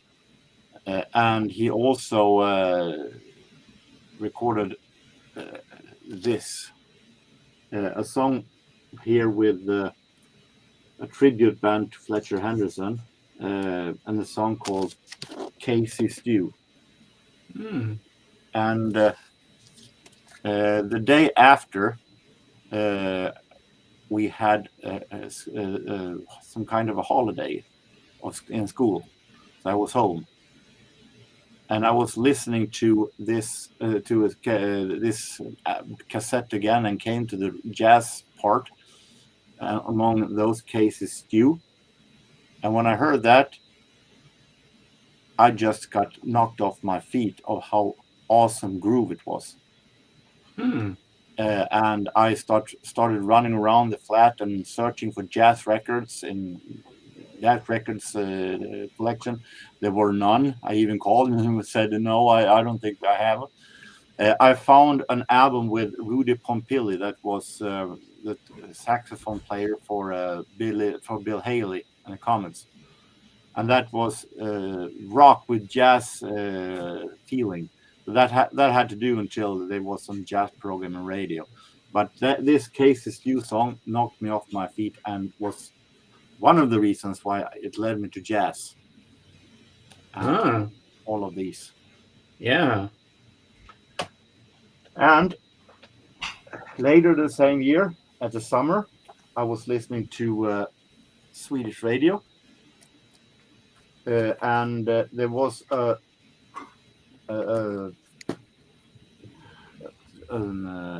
show, a program where they were doing a memorial, not a memorial, but a documentary series of the jazz pianist Lenny Tristano, that I then never have heard of course. And it was songs from this album that I bought in 2009. Oh, wow.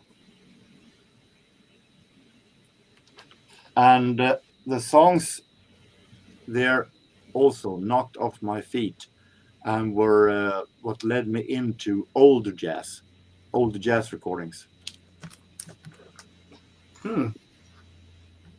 So Lenny Tristano was with me from the beginning. Wow. If you go to really way back in time, in 1984, a couple of friends of mine at daycare place that I went to after school. We were having a little club where we listened to this album. Alphaville is Forever Young. And I just love that album every time we listen to it. I even borrow it home without anyone knowing and made a copy of it and returned it then.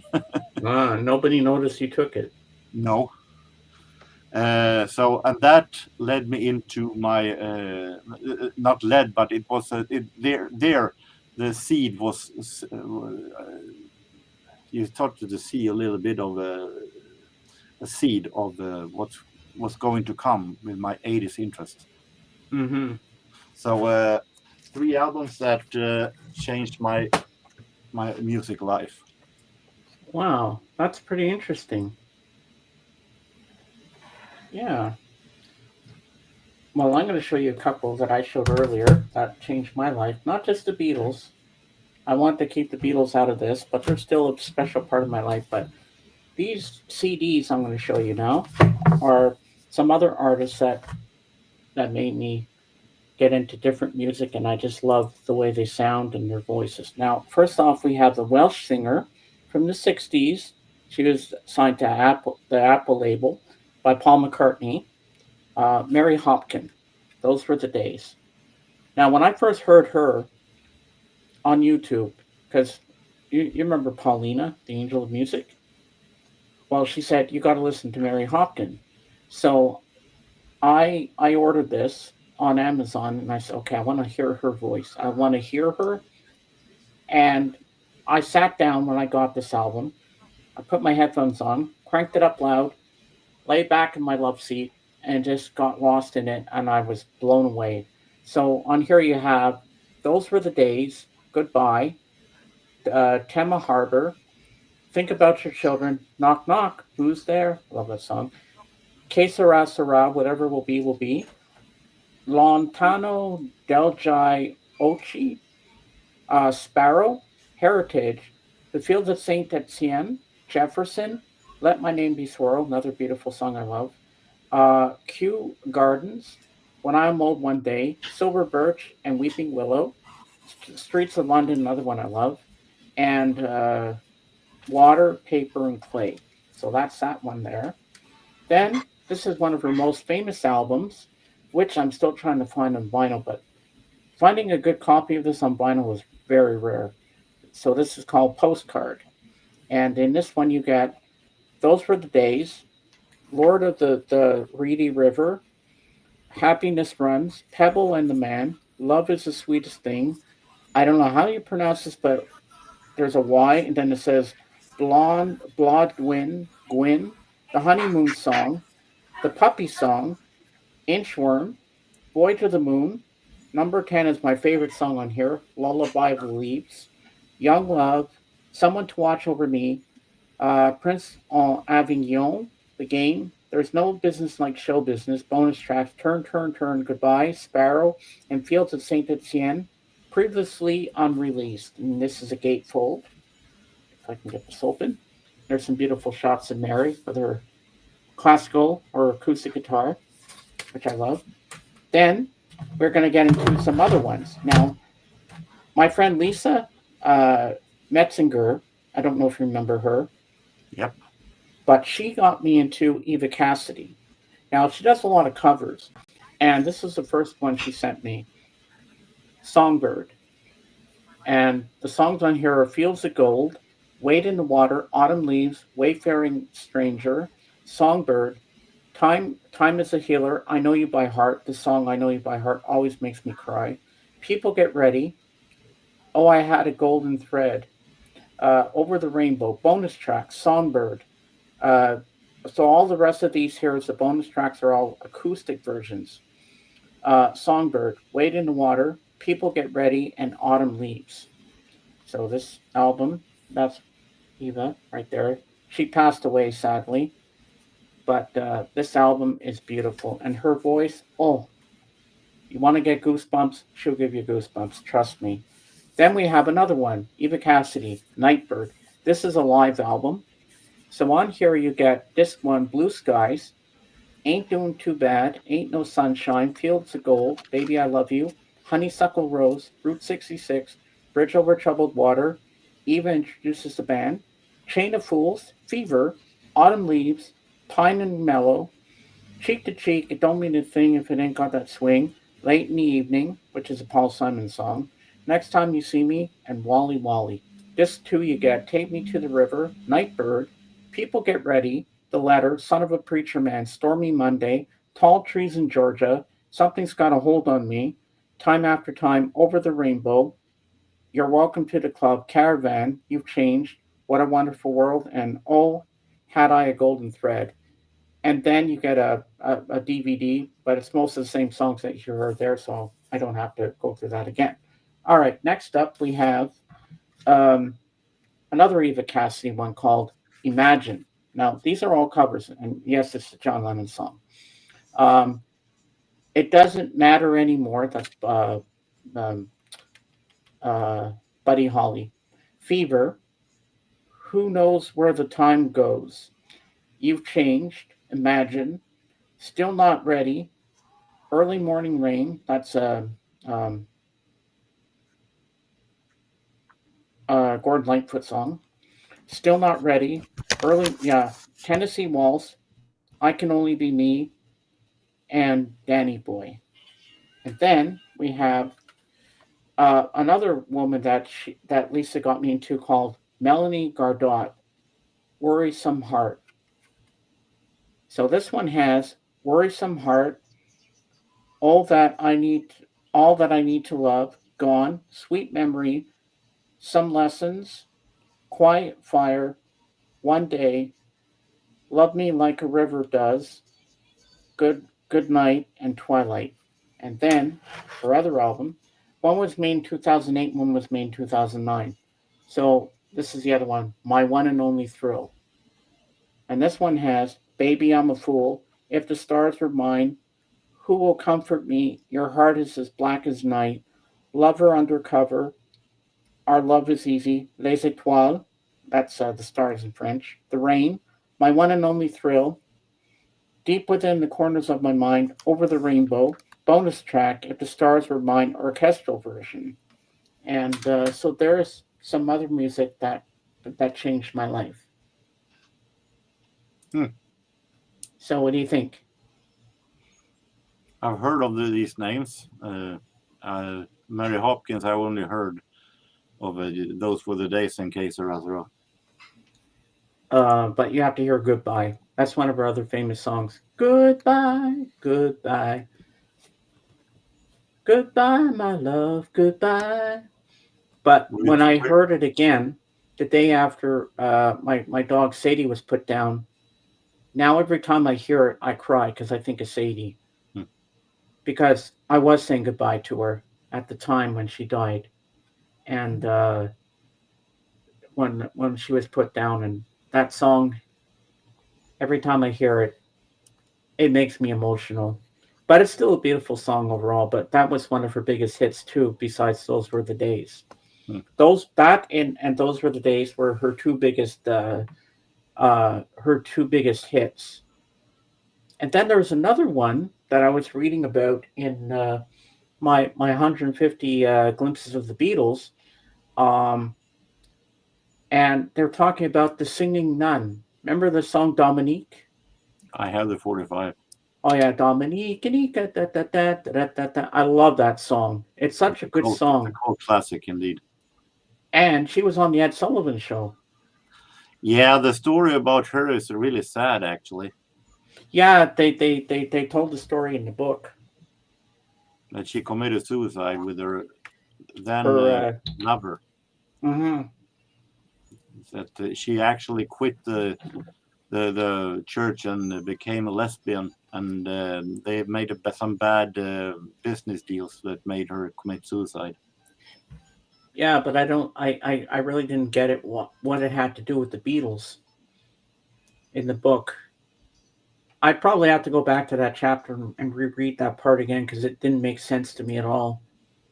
All right. Have a good time with your mom, Bob, and say hi to your mom for us. See you soon. Thanks for stopping by. Where's Judah today? Judah's here. She's just not feeling well. She doesn't want to be on camera today, which is understandable. She's still there. I thought you said that other guy was going to be here. Oh, Dawson. Yes, he was here at the beginning. Okay. Yeah. No, but Judah's here. Don't know what she's doing at this moment, but she's here. She's still with us in spirit somehow. No, but see, because I couldn't have. I heard my name. Hello, how you doing? Oh my god! Ah, speaking of Dawson, Dawson's back. Hello again. Speak of the devil. Yes. Sorry, Jorgen was just asking about you. That's funny. Sorry, I fell asleep. You did. I kind of figured something was up with you because it was so quiet on your end. Did she pass out? Yeah, I knew you were still there with us. Fell asleep. All right, you won't believe what just happened. What? What happened? I just got back from the car show. Ooh. And you got a different cap. Yeah. Pennsylvania, bro. No, I think like yeah, you just got to get out there. So here is the I'll try to get it over here. This is I was right beside Deadmau5. He has a McLaren. It's probably I think it's a 2021 McLaren, but wow, it's a bit blurry. But yeah, that was I was just watching Deadmau5 rev up his McLaren car. Nice. That is so cool. And he made a surprise appearance at the Lights concert last night. So halfway through the first DJ set, Lights went on, and then halfway through Lights' set, Deadmau5 came on stage and started pouring shots for the band members, and he made a guest appearance. And like the next day, I'm just at the car show, and he's over there with his car. So wow. Rampage video on the scene. Yeah. Did you get to meet him face to face? He was a bit busy, like with the media people and setting up his car. I just I said, hey Joel, thanks last night for going to the Lights concert, but I think he was just a bit distracted. But I just ended up saying something anyways. But I've already met him before. I met him a long time ago. So. Yeah, that's pretty cool. You heard it right here. The helmet with the mouse helmet. Yeah, he's that guy. Yeah. Oh yeah. I've seen him before. Yeah, because we were watching some music videos of his. Maybe last year, I think me and Blood were watching that. I remember seeing him. So he's on tour right now. Small tour. He's promoting his Red Rocks show, so he'll be over there at Red Rocks. So tell Kate that Deadmau5 will be in town, and see if she can go. Hey, Bosom, how you doing? Nice to see you, buddy. I had a feeling you'd be back. Yeah, I just wanted to give you guys that update. I just found that out. Well, that's pretty cool. Yeah, and Jorgen just showed us 3 albums that changed his life and how he fell in love with jazz. And it was a very good story. I really enjoyed that. I really enjoyed what he talked about and everything. Then I showed him all my CDs again, what we were doing. And AGK was here earlier, and we got into talking about James Bond because we're James Bond nerds. Mm-hmm. Yeah. I'm good, handsome. How are you doing? And most importantly, how's Mom? She's still sick. She's still weak, but she'll get better soon. She's a fighter, and I'm doing okay.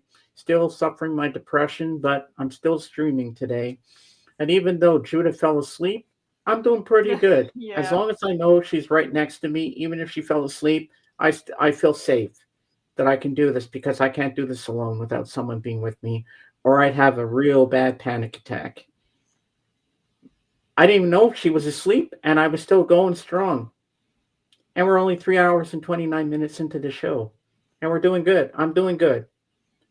I mean, I know Judah's here, but I have to say that I'm doing good because I'm the host and I have to run the whole shebang. But I'm doing good, and I feel proud of myself today, even though I'm depressed, and I'm still pulling off a great show. And I'm not gonna lie. I'm not gonna lie. I'm not gonna sugarcoat and say, okay, I'm happy when I'm not. I don't know what's wrong with me, but I'm gonna get better soon. I know I will, and I have all of you to help me through it. Tell your mother to that I wish her well. Oh, I will, Jorgen, definitely. Because yeah, she's weak, but she tried to get up to cook me breakfast this morning, and I actually flipped the hash browns in the pan. And I'm like, oh, I was so nervous because I'm like, I'm gonna burn the house down. Glad to hear. Hope she gets back on her feet soon. Glad to hear you're managing and cracking on. Yeah, I'm doing okay, Bosun. I still do what I love. And Bosun says, Judah's sleeping on the job, eh? She should have into the sleep room. Well, we don't have a sleep room here in StreamYard, unfortunately, but I'm not going to kick her out into the sleep room. She's my co-host, and I would never do that to my co-host. Never, ever. Nope. Yeah, it's going to be sad this week, Dawson, because we don't have Kate because she's in Yellowstone. That's why we made today even more special. Yeah. I guess she's having I guess she can't get Wi-Fi working in the van or something. So I guess I thought she'd be in the chat, even in the chat on the side there, to talk with us. But I guess she'll text me later. I hope she's having a safe trip to Yellowstone. And it's too bad she's not meeting Kevin Costner on the set of Yellowstone, because that's where I actually thought she was going to. I'd rather meet Costner. Sam, that guy with the big mustache. Oh, what's his name? Sam Elliott. Oh yeah, I like. I'd rather meet Sam Elliott with the big mustache and the cigar. I like his deep voice. Did you get a haircut, Jorgen? Yeah, but it was a couple of weeks ago. Okay. Nice. Just wanted to point that out. Yeah. No, I just pulled it off. I took it back. Yeah. Get the Velcro. Yeah, the last time we saw Bosun, I can't even talk. Jorgen, was on Friday on Kate's. And yeah, I forgot to mention that. I remember that guy Brian. He had a hell of a time trying to get out of the StreamYard, and I kept telling him, down at the bottom you'll see this little orange square with an arrow pointing to the right. He couldn't even get off camera. He said, maybe if you leave, maybe it'll jump me out, but I don't know if it did or not. But he was here earlier, and he said hello. But every so often, whoever types in the chat before we go live, it erases it, and then other people can type in and stuff, but it erases that after an hour or so. It changes. But so I guess he was able to manage to get out. But I'm surprised he didn't come in here today, because I wanted to ask him if he was still stuck backstage, because he couldn't sign out. He's there forever. Yeah, well, I wonder how he finally figured out how to get out, because I've never seen someone have trouble getting out of StreamYard before. Well, just closing the page takes you out. Yeah. But he was brave. He just popped up, because I put it out for Jorgen, because Jorgen has some new records to show, and Kate and I wanted to see. I said, even though you're showing them on Sunday on my show, you might as well come up. And then all of a sudden, Brian just pops up on camera. I'm like, whoa, hey, how's it going, man? We weren't expecting you to come up. But he's a Canadian like us, Judah. He's from Edmonton. Ah. Yeah. I was kind of hoping he'd be here today. I wanted you to meet him. He's a very nice guy. And he's got a lot of CD box sets. You know something? I forgot 2 records. You did? Well, that I found yesterday. Oh. All right, you can show those. I'll make you big.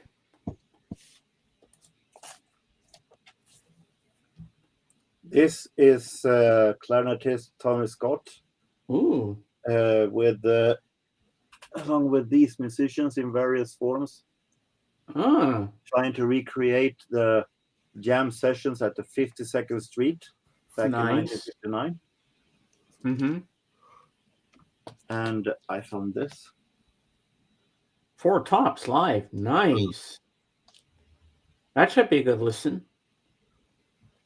I'm usually no 60s fan, but I felt like, well, what the hell? Why not? It's live, so yeah. What songs are on that one?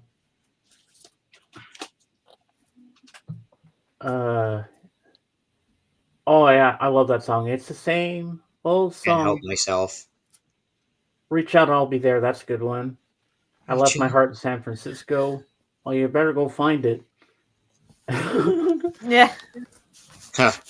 Yeah, some great songs on there. Maybe some I don't making know. You Can't Hurry Love, that actually is a Supreme. Yeah. Are they the same band that sings Ain't Too Proud to Beg? It isn't here. That might be the Temptations. Oh yeah, okay, yeah. Ain't Too Proud to Beg. Yeah, it is the Temptations. Yeah, okay. I like that song too. Well, you got some good ones there, Jorgen. I'm missing Standing in the Shadows of Love, but wow, you got some good stuff there. All right, I got to get going. I need to eat something. Well, thanks for being here, Dawson. I really appreciate you, and welcome to the crew. Yeah, thanks. I just wanted to give you guys that update. You know, it's not too often you go and meet Dead Mouse or whatever. Just say hi to him. So.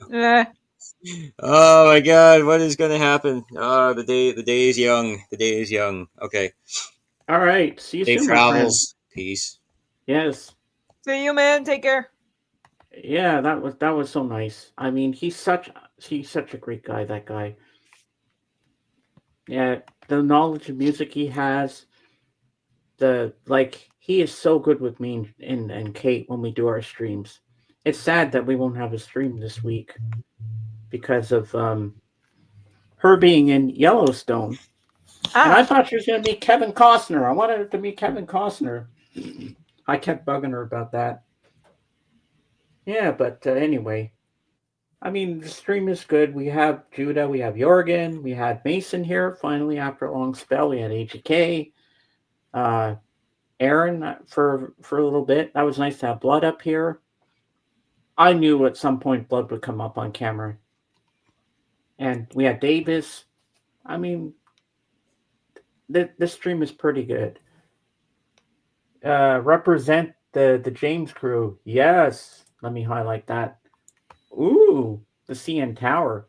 Nice. I like the thumbnail. Mm-hmm. The avatar is really cool. Yeah. Now, Jorgen, because of my theme, what would you say, besides that album with the jazz song you had that you really liked, is there one song by any artist that makes you feel good? The one go-to song that you always feel that puts you in a good mood? Not just jazz? Not just jazz. Other artists. It could be a band, it could be a solo artist, anything. But not anything other than jazz. That is depending on mood. Okay, well, if you're in a bad mood, what song cheers you up the most? Your one go-to song. Hard to say, but Sowing the Seeds of Love, maybe. Oh, that's a good one. I don't have any specific song. It depends on how. I have many, so but it's one thing, one song. Well, for me, it's a song. Well, I know it's Tom Waits, but I always go with the version by Cowboy Junkies, "Sweet Jane." That's the song that always cheers me up. It's a little bit of a sad song, but I don't know. It just does something to me, that song. Ah, Roxy. Hello. Dreams What's are. good?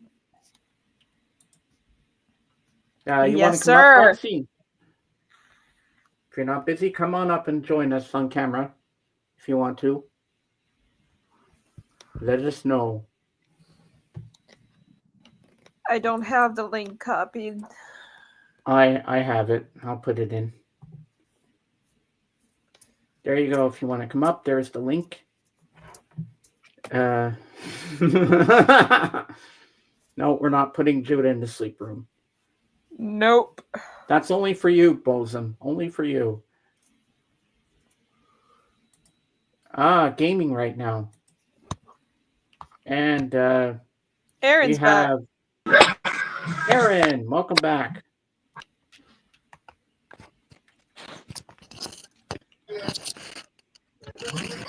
Aaron, I don't know if you know Jorgen, but this is Jorgen here, right next to you. NFL, yeah. Ooh, Overwatch 2. I've heard of that game, I think. Don't know much about it, but... Aaron, do you play video games? Yeah, what do you play?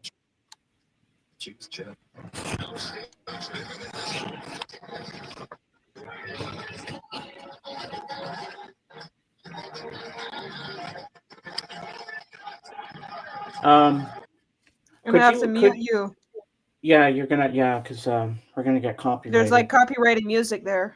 Yeah, it's copyrighted. That's why we had to mute you. Sorry.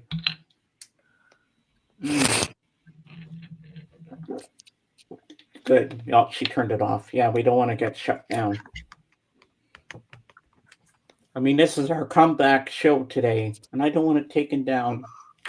We can sing the copyrighted songs. Yeah, we could, but we're not going to. I could sing the Milkshake Man again. Yeah, you could sing the Milkman song again. Yeah, the Milkshake Man, dude. Hold on. Gotta pull up the lyrics. Ladies and gentlemen, the vocal stylings of Judah with the Milkshake Man. Come and take a sip from my special cup. I heard that you could use a little pick-me-up. What can get you high when you're oh so sad? It's the milk from the Milkshake Man.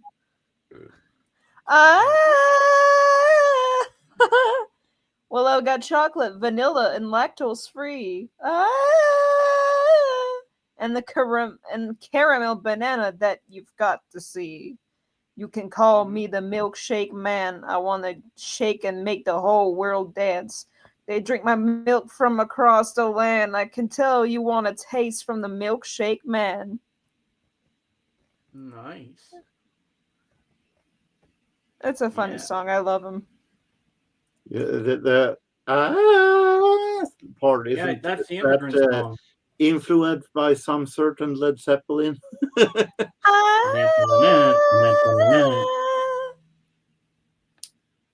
Oh my God.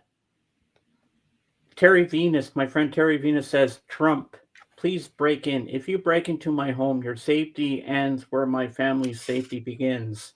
I like that. Ooh, Maya Angelou. I like Maya Angelou. It says here, hate. I'm looking on Facebook here, just checking my messages. Hate. It has caused a lot of problems in the world, but has not solved one yet. Maya Angelou. That's beautiful. Yeah. Stephen King turned 78 years old today. Wow. Yeah.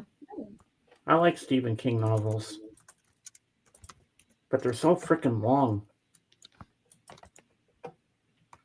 I mean, that's like over 700 pages long. It's like, I mean, how long can you get a freaking clown going around for that long in a book? Doesn't make any sense. Yeah. So I wonder what Doc's got on the menu tonight.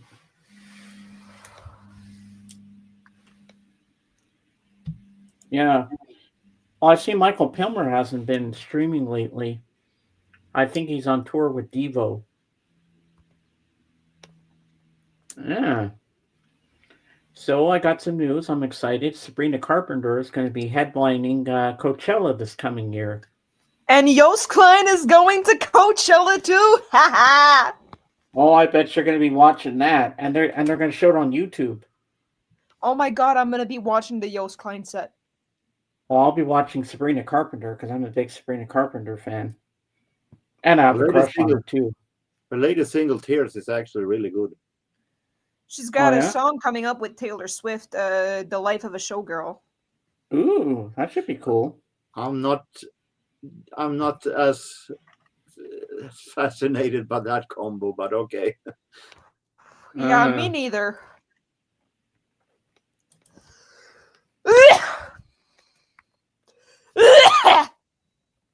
Bless you. No, that was coughing and choking. Okay. Katie O'Flaherty, why did you go live now when I'm live and I can't even go listen to your beautiful voice today? Damn it. But I think it's time we see Your love, Millie?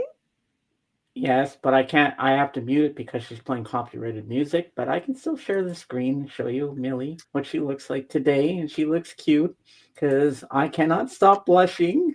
Here we go. And smiling and giggling and aw. Yes. Because I am in love.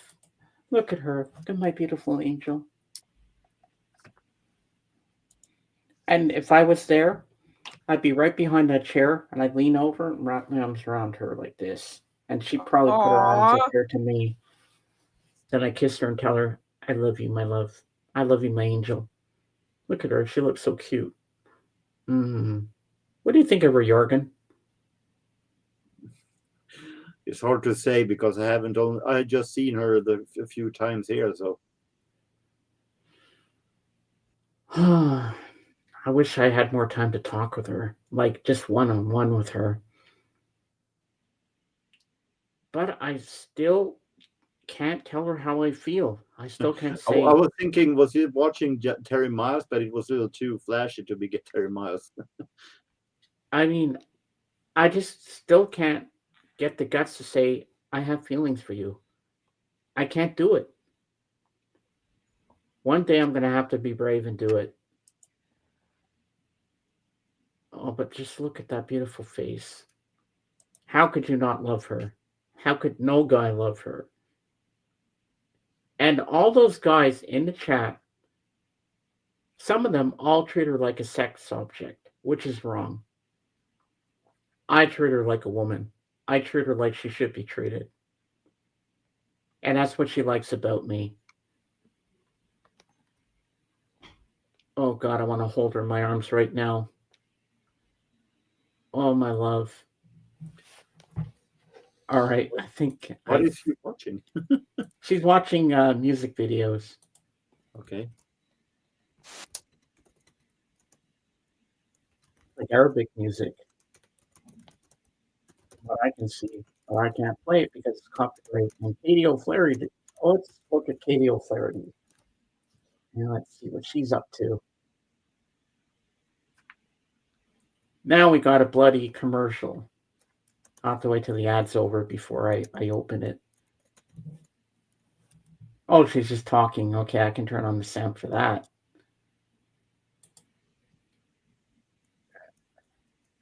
All right, I gotta wait till the ad's over. Okay. All right, there's Katie. All right, let's show Katie. All right.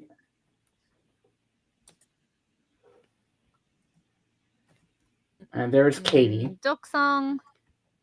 And I think Random she's from Irish Ireland. / Ethereal, I think. Let me know. And Thanks for Jorgen, giving she's the got a selection gorgeous there, voice. Len. I really appreciate you all.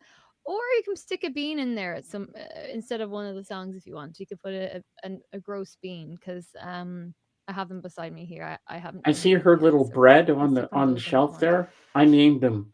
Chaos check. I got to name them. I I named really them hope Liam. You have a notebook. His name that is you're actually Liam. writing all this in. I want to see McIntyre's notebook. Or like even like at some stage, just go through McIntyre's notebook comments. I love her accent. Imogen Heap. Oh, very nice. Hang on. Queen of Kings, Pink Pony Club, My Malone, Deluxe Song, and Random Irish. The Sacred Text. Well, if I was in the chat right now, you know what song I'd throw in there? My favorite, as always, Lady of Knock. This will be an interesting one. Okay, let's do. So there you go. There's Katie O'Flaherty. Your first time seeing her, Jorgen. But I can't play her voice. I'd like to, but copyright. But she has a beautiful voice. Oh my God. But because she's got so many freaking mods, I would never get a chance to interview her. I'd love to interview her. That would be something. If I could get her on my channel to interview her, oh my God. Just think how many people I'd have in that chat. But it's never gonna happen for me. So I can kiss that goodbye. Anyway, never say never. Yeah, well, you never know. I don't know how I go about doing it, but well, for now, I'm happy with what I do. I haven't had an interview since Danny After Dark back in 2023. That was the last interview I've done. Hey, at least I can say I've done 4 interviews. Yeah, that's 4 more than me. Oh, you've done some interviews, Jorgen? No. No? I've been participating in interviews, but I never done one. Ah. Not in stream, that is. I've done in radio and yeah. So much. And I'd love to see Judah do an interview with the 2 Icelandic dudes. And I think Judah, you do a hell great no! job. Oh hell no! Why not? Hell no! I'd be way too nervous. Oh my God! I'd be like you with Millie. I'd be red in the face. Really? Oh my God! Yes. Hey, I was nervous when I interviewed Maita because she was famous, but I overcame that fear. She knew I was scared, and I pulled off a really good interview with her, and I just relaxed. I just started talking about music with her, and everything just fell into place. You gotta go for it, man. Carpe diem, seize the day. Yeah, I'll start with an interview with my favorite rapper first, since I got connections with him. I got his number, I met him and shit like that. I interact with him pretty more. Eminem?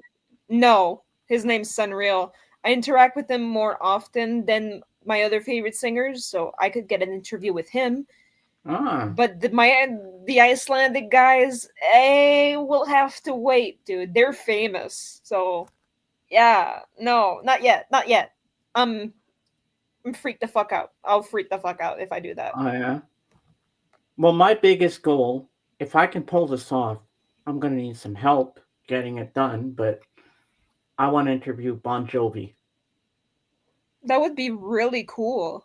If I could pull that off, and I said, I got it. I recorded an interview with Bon Jovi. Oh my God. We definitely have to go into followers only mode. I'd have to make him a mod so he could get up on camera, and we'd have to go into followers only because the trolls that would be in there. Oh yeah. But if I could pull that off, I'll be like, oh my God.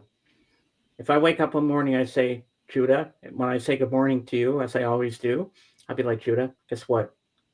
I'm interviewing Bon Jovi. Holy fucking shit.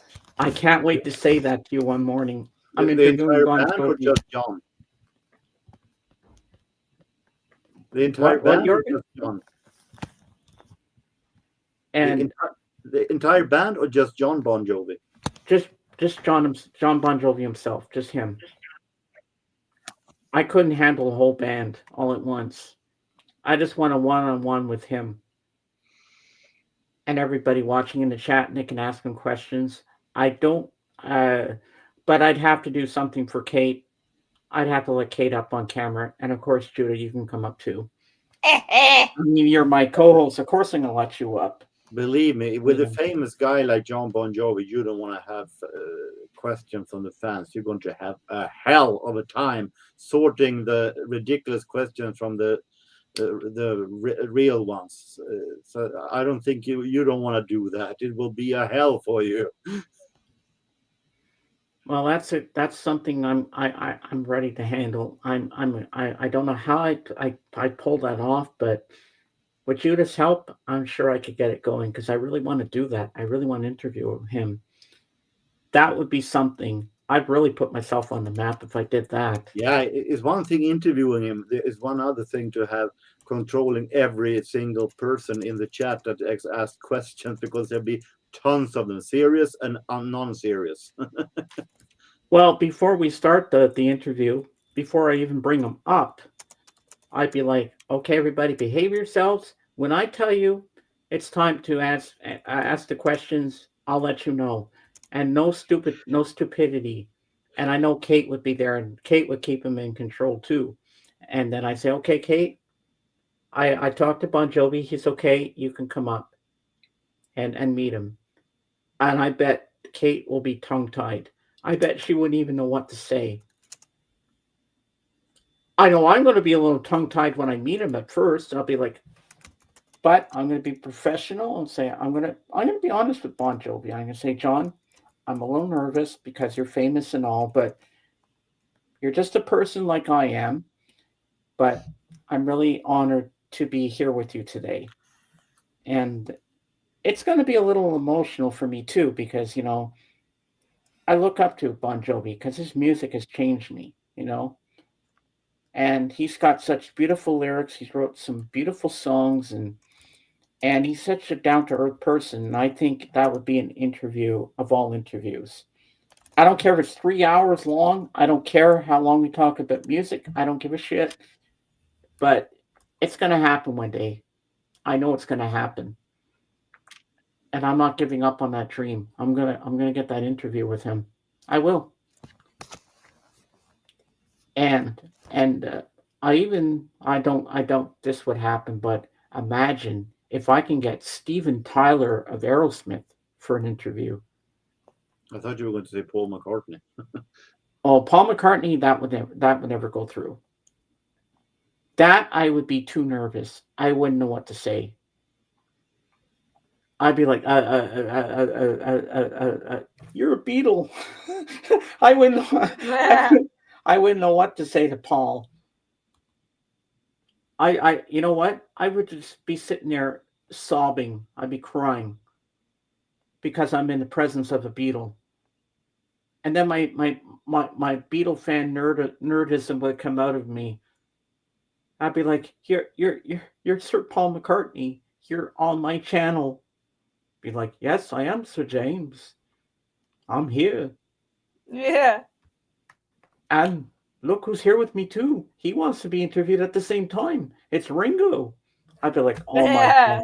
If I had both of them, that would be cool. I think you'd die.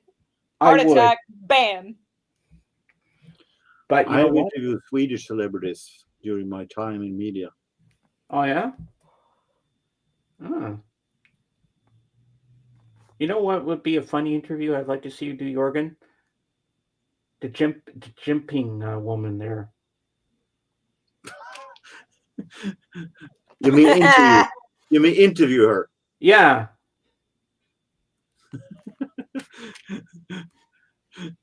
I think I have a little higher demands when I do interviews. Who would, if you had a celebrity or anybody that you'd like to interview, Jorgen, who would it be? Well, I don't care about if they're celebrities or not. To me, they're human beings.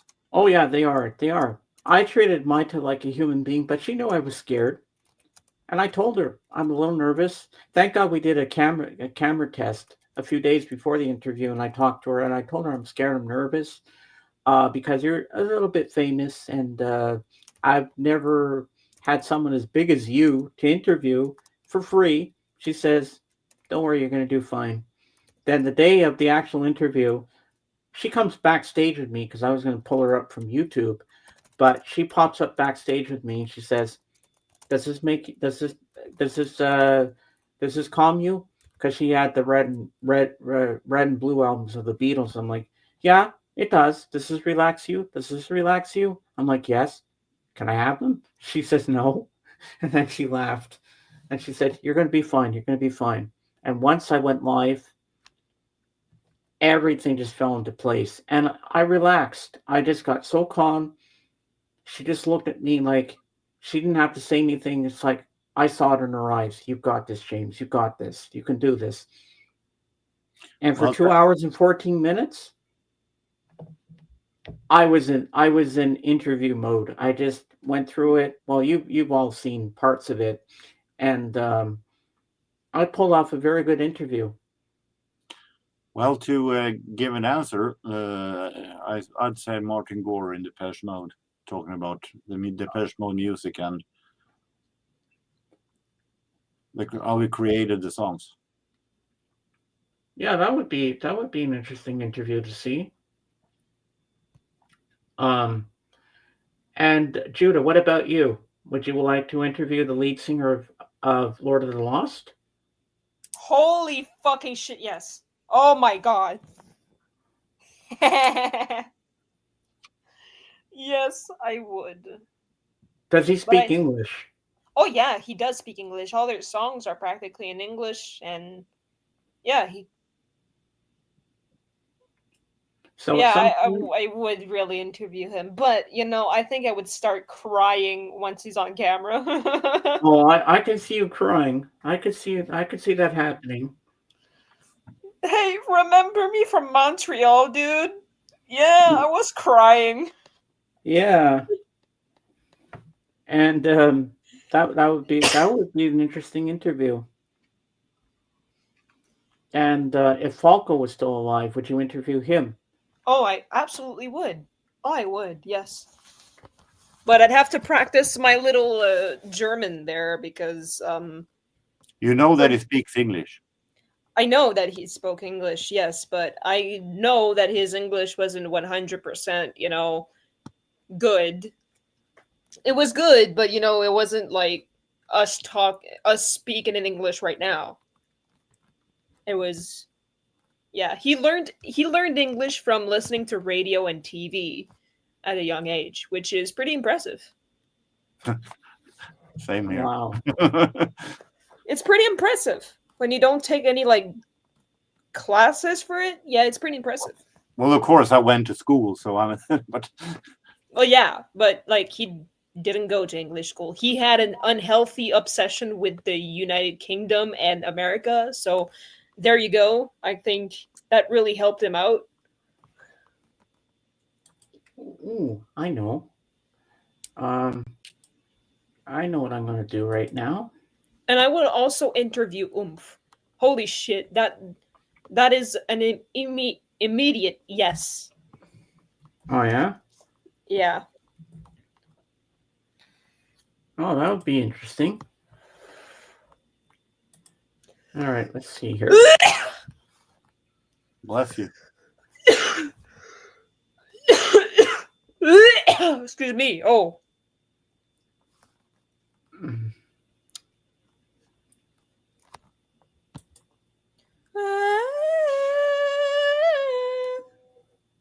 Okay, right here. All right, I'm going to show you part of the interview with Mytel where Jorgen comes up and asks her a question. All right, I remember I did. I remember you did. All right, here we go. And this is the part right here. Hello, Jorgen, come on up. There you go. Now we'll just have to wait and see if he comes up. I should ask the first question. What are you famous for? I told him yesterday when we were talking on Messenger on a video call that I was going to choose him to come up because he's helped me out a lot too. He supported me through this past year. I've helped him So this is my way of thanking him. Because I'm a good guy like that. See, Maita, you and I think alike. We're always good to people.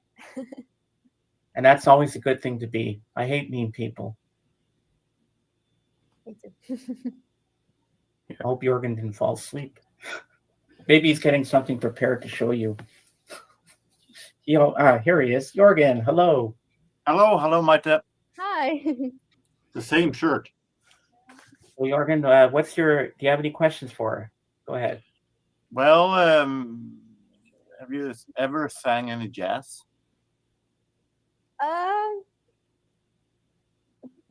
A little, but I feel like it's just the tip of the iceberg, really. I do like it, especially since I've met Conrad. I've listened to more jazz, but I haven't really sung much. It's complex. It's really complex, but I do enjoy it. I just haven't done it much. Ever heard those more familiar singers like Ella Fitzgerald, Sarah Vaughan? Really bad with names, I'm gonna tell you that. So maybe if I hear it, I will recognize it, but on top of my head, I don't really recognize the name. I'm sorry. Have you ever tried to play jazz on violin? Because there's a lot of great violinists in jazz. No, I personally prefer, if I use my violin, I prefer to keep it classical. But that's just me. I mean, I like it on other people. For myself, I find classical better to fit with me. I can't picture you playing jazz on violin anyway. I mean, I've heard you play a lot of classical, and that's what your genre is. So you stick to what you know. But Jorgen loves jazz a lot, don't you, Jorgen? Yes, the stuff right there and down, plus that one, is all jazz records. Cool. Can I ask you a question? Good. Where are you from? Because I feel like Jorgen is a very Scandinavian name.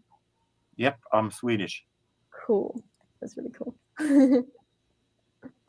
Yeah. So 2 Europeans against a Canadian.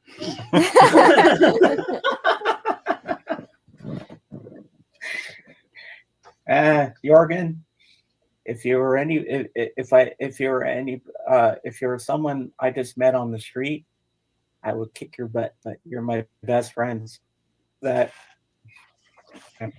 Look me I just love shaking. to tease you. No, Jorgen's a good guy, and he's got quite a collection of music. And he always goes to the thrift stores and he has some really good bargoons. We call it bargoons because that's that's something our friend Doc Dawkins says. He says, I got some really good bargoons today at the thrift store. Do you have a lot of thrift stores, Micah, where you are? Bargains for your Do you know what a thrift normal store is? people. Yeah. I don't know of many. I know one in the neighborhood, but they don't have good stuff there often. Yeah. No, you have to find the right places because sometimes when you go to a thrift store and you look through the records, they're garbage, they're scratched, and people just throw them there, and they don't really care what they've got, and they don't take care of them. You want to find a place that's going to have records in good shape, and you have to check them out and say, okay, this is good. And sometimes people throw away their collection and not even know what they have. They could have a record that's very expensive and very popular, and they don't even know it. Am I right, Jorgen? Yeah, but most of the time also is the record stores think that they have. I know vinyl is back, no doubt about it. But many thrift stores owners think they just because they have something that is black, round, and spins on a turntable, that you have a gold mine sitting on, even though it's just garbage like religious music or stuff like that no one buys. And they can take. Don't get me wrong, nothing wrong with that kind of music, but it's not worth $4 or $5 like they try to. Hey, Nick. put it on. So they put gravely overpriced for them. So there's a lot of thrift stores that don't check actually what the records are worth. True, they don't. Price. I gotta text Danny and see if she's still there.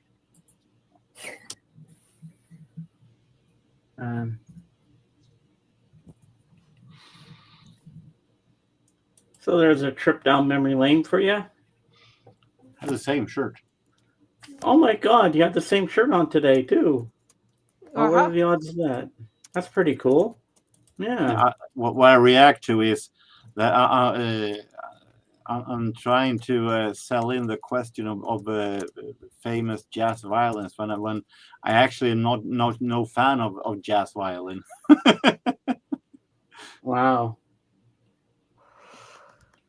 Oh, I was very comfortable with her. I mean, at first I was nervous when I first met her, and she says, "You're going to be fine. You're going to do this." I said, "I'm just an amateur. I just like to talk to people about music." And she says, "You're going to be okay."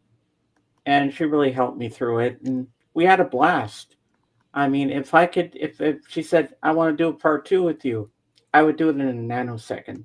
But the second time around, I would be comfortable because I know her. And it would just be great. And she and Conrad have their first baby on the way. She's pregnant. So I'm looking forward to seeing what her baby is going to be, a boy or a girl. And I bet they're going to be proud parents, and I bet they're going to be so happy, and I'm going to be so proud of both of them. And I still have to interview her husband too at some point, because he said he'd agree to an interview as well. So you start small, and then maybe after, if word gets around, maybe I'll get to bigger musicians, and who knows who I'm going to wind up interviewing. But that one I showed you, Judah, the Sina, the one that plays the drums, she's a hard one to get, and she's the interview I really want to get so badly. But I doubt that's ever going to happen for me. I want that interview so bad. But unfortunately, to get her, I think you have to pay. I want it free. I want to interview her because I bet she has a great story to tell. And you being a drummer yourself, I know you'd want to ask her some questions too. Yeah.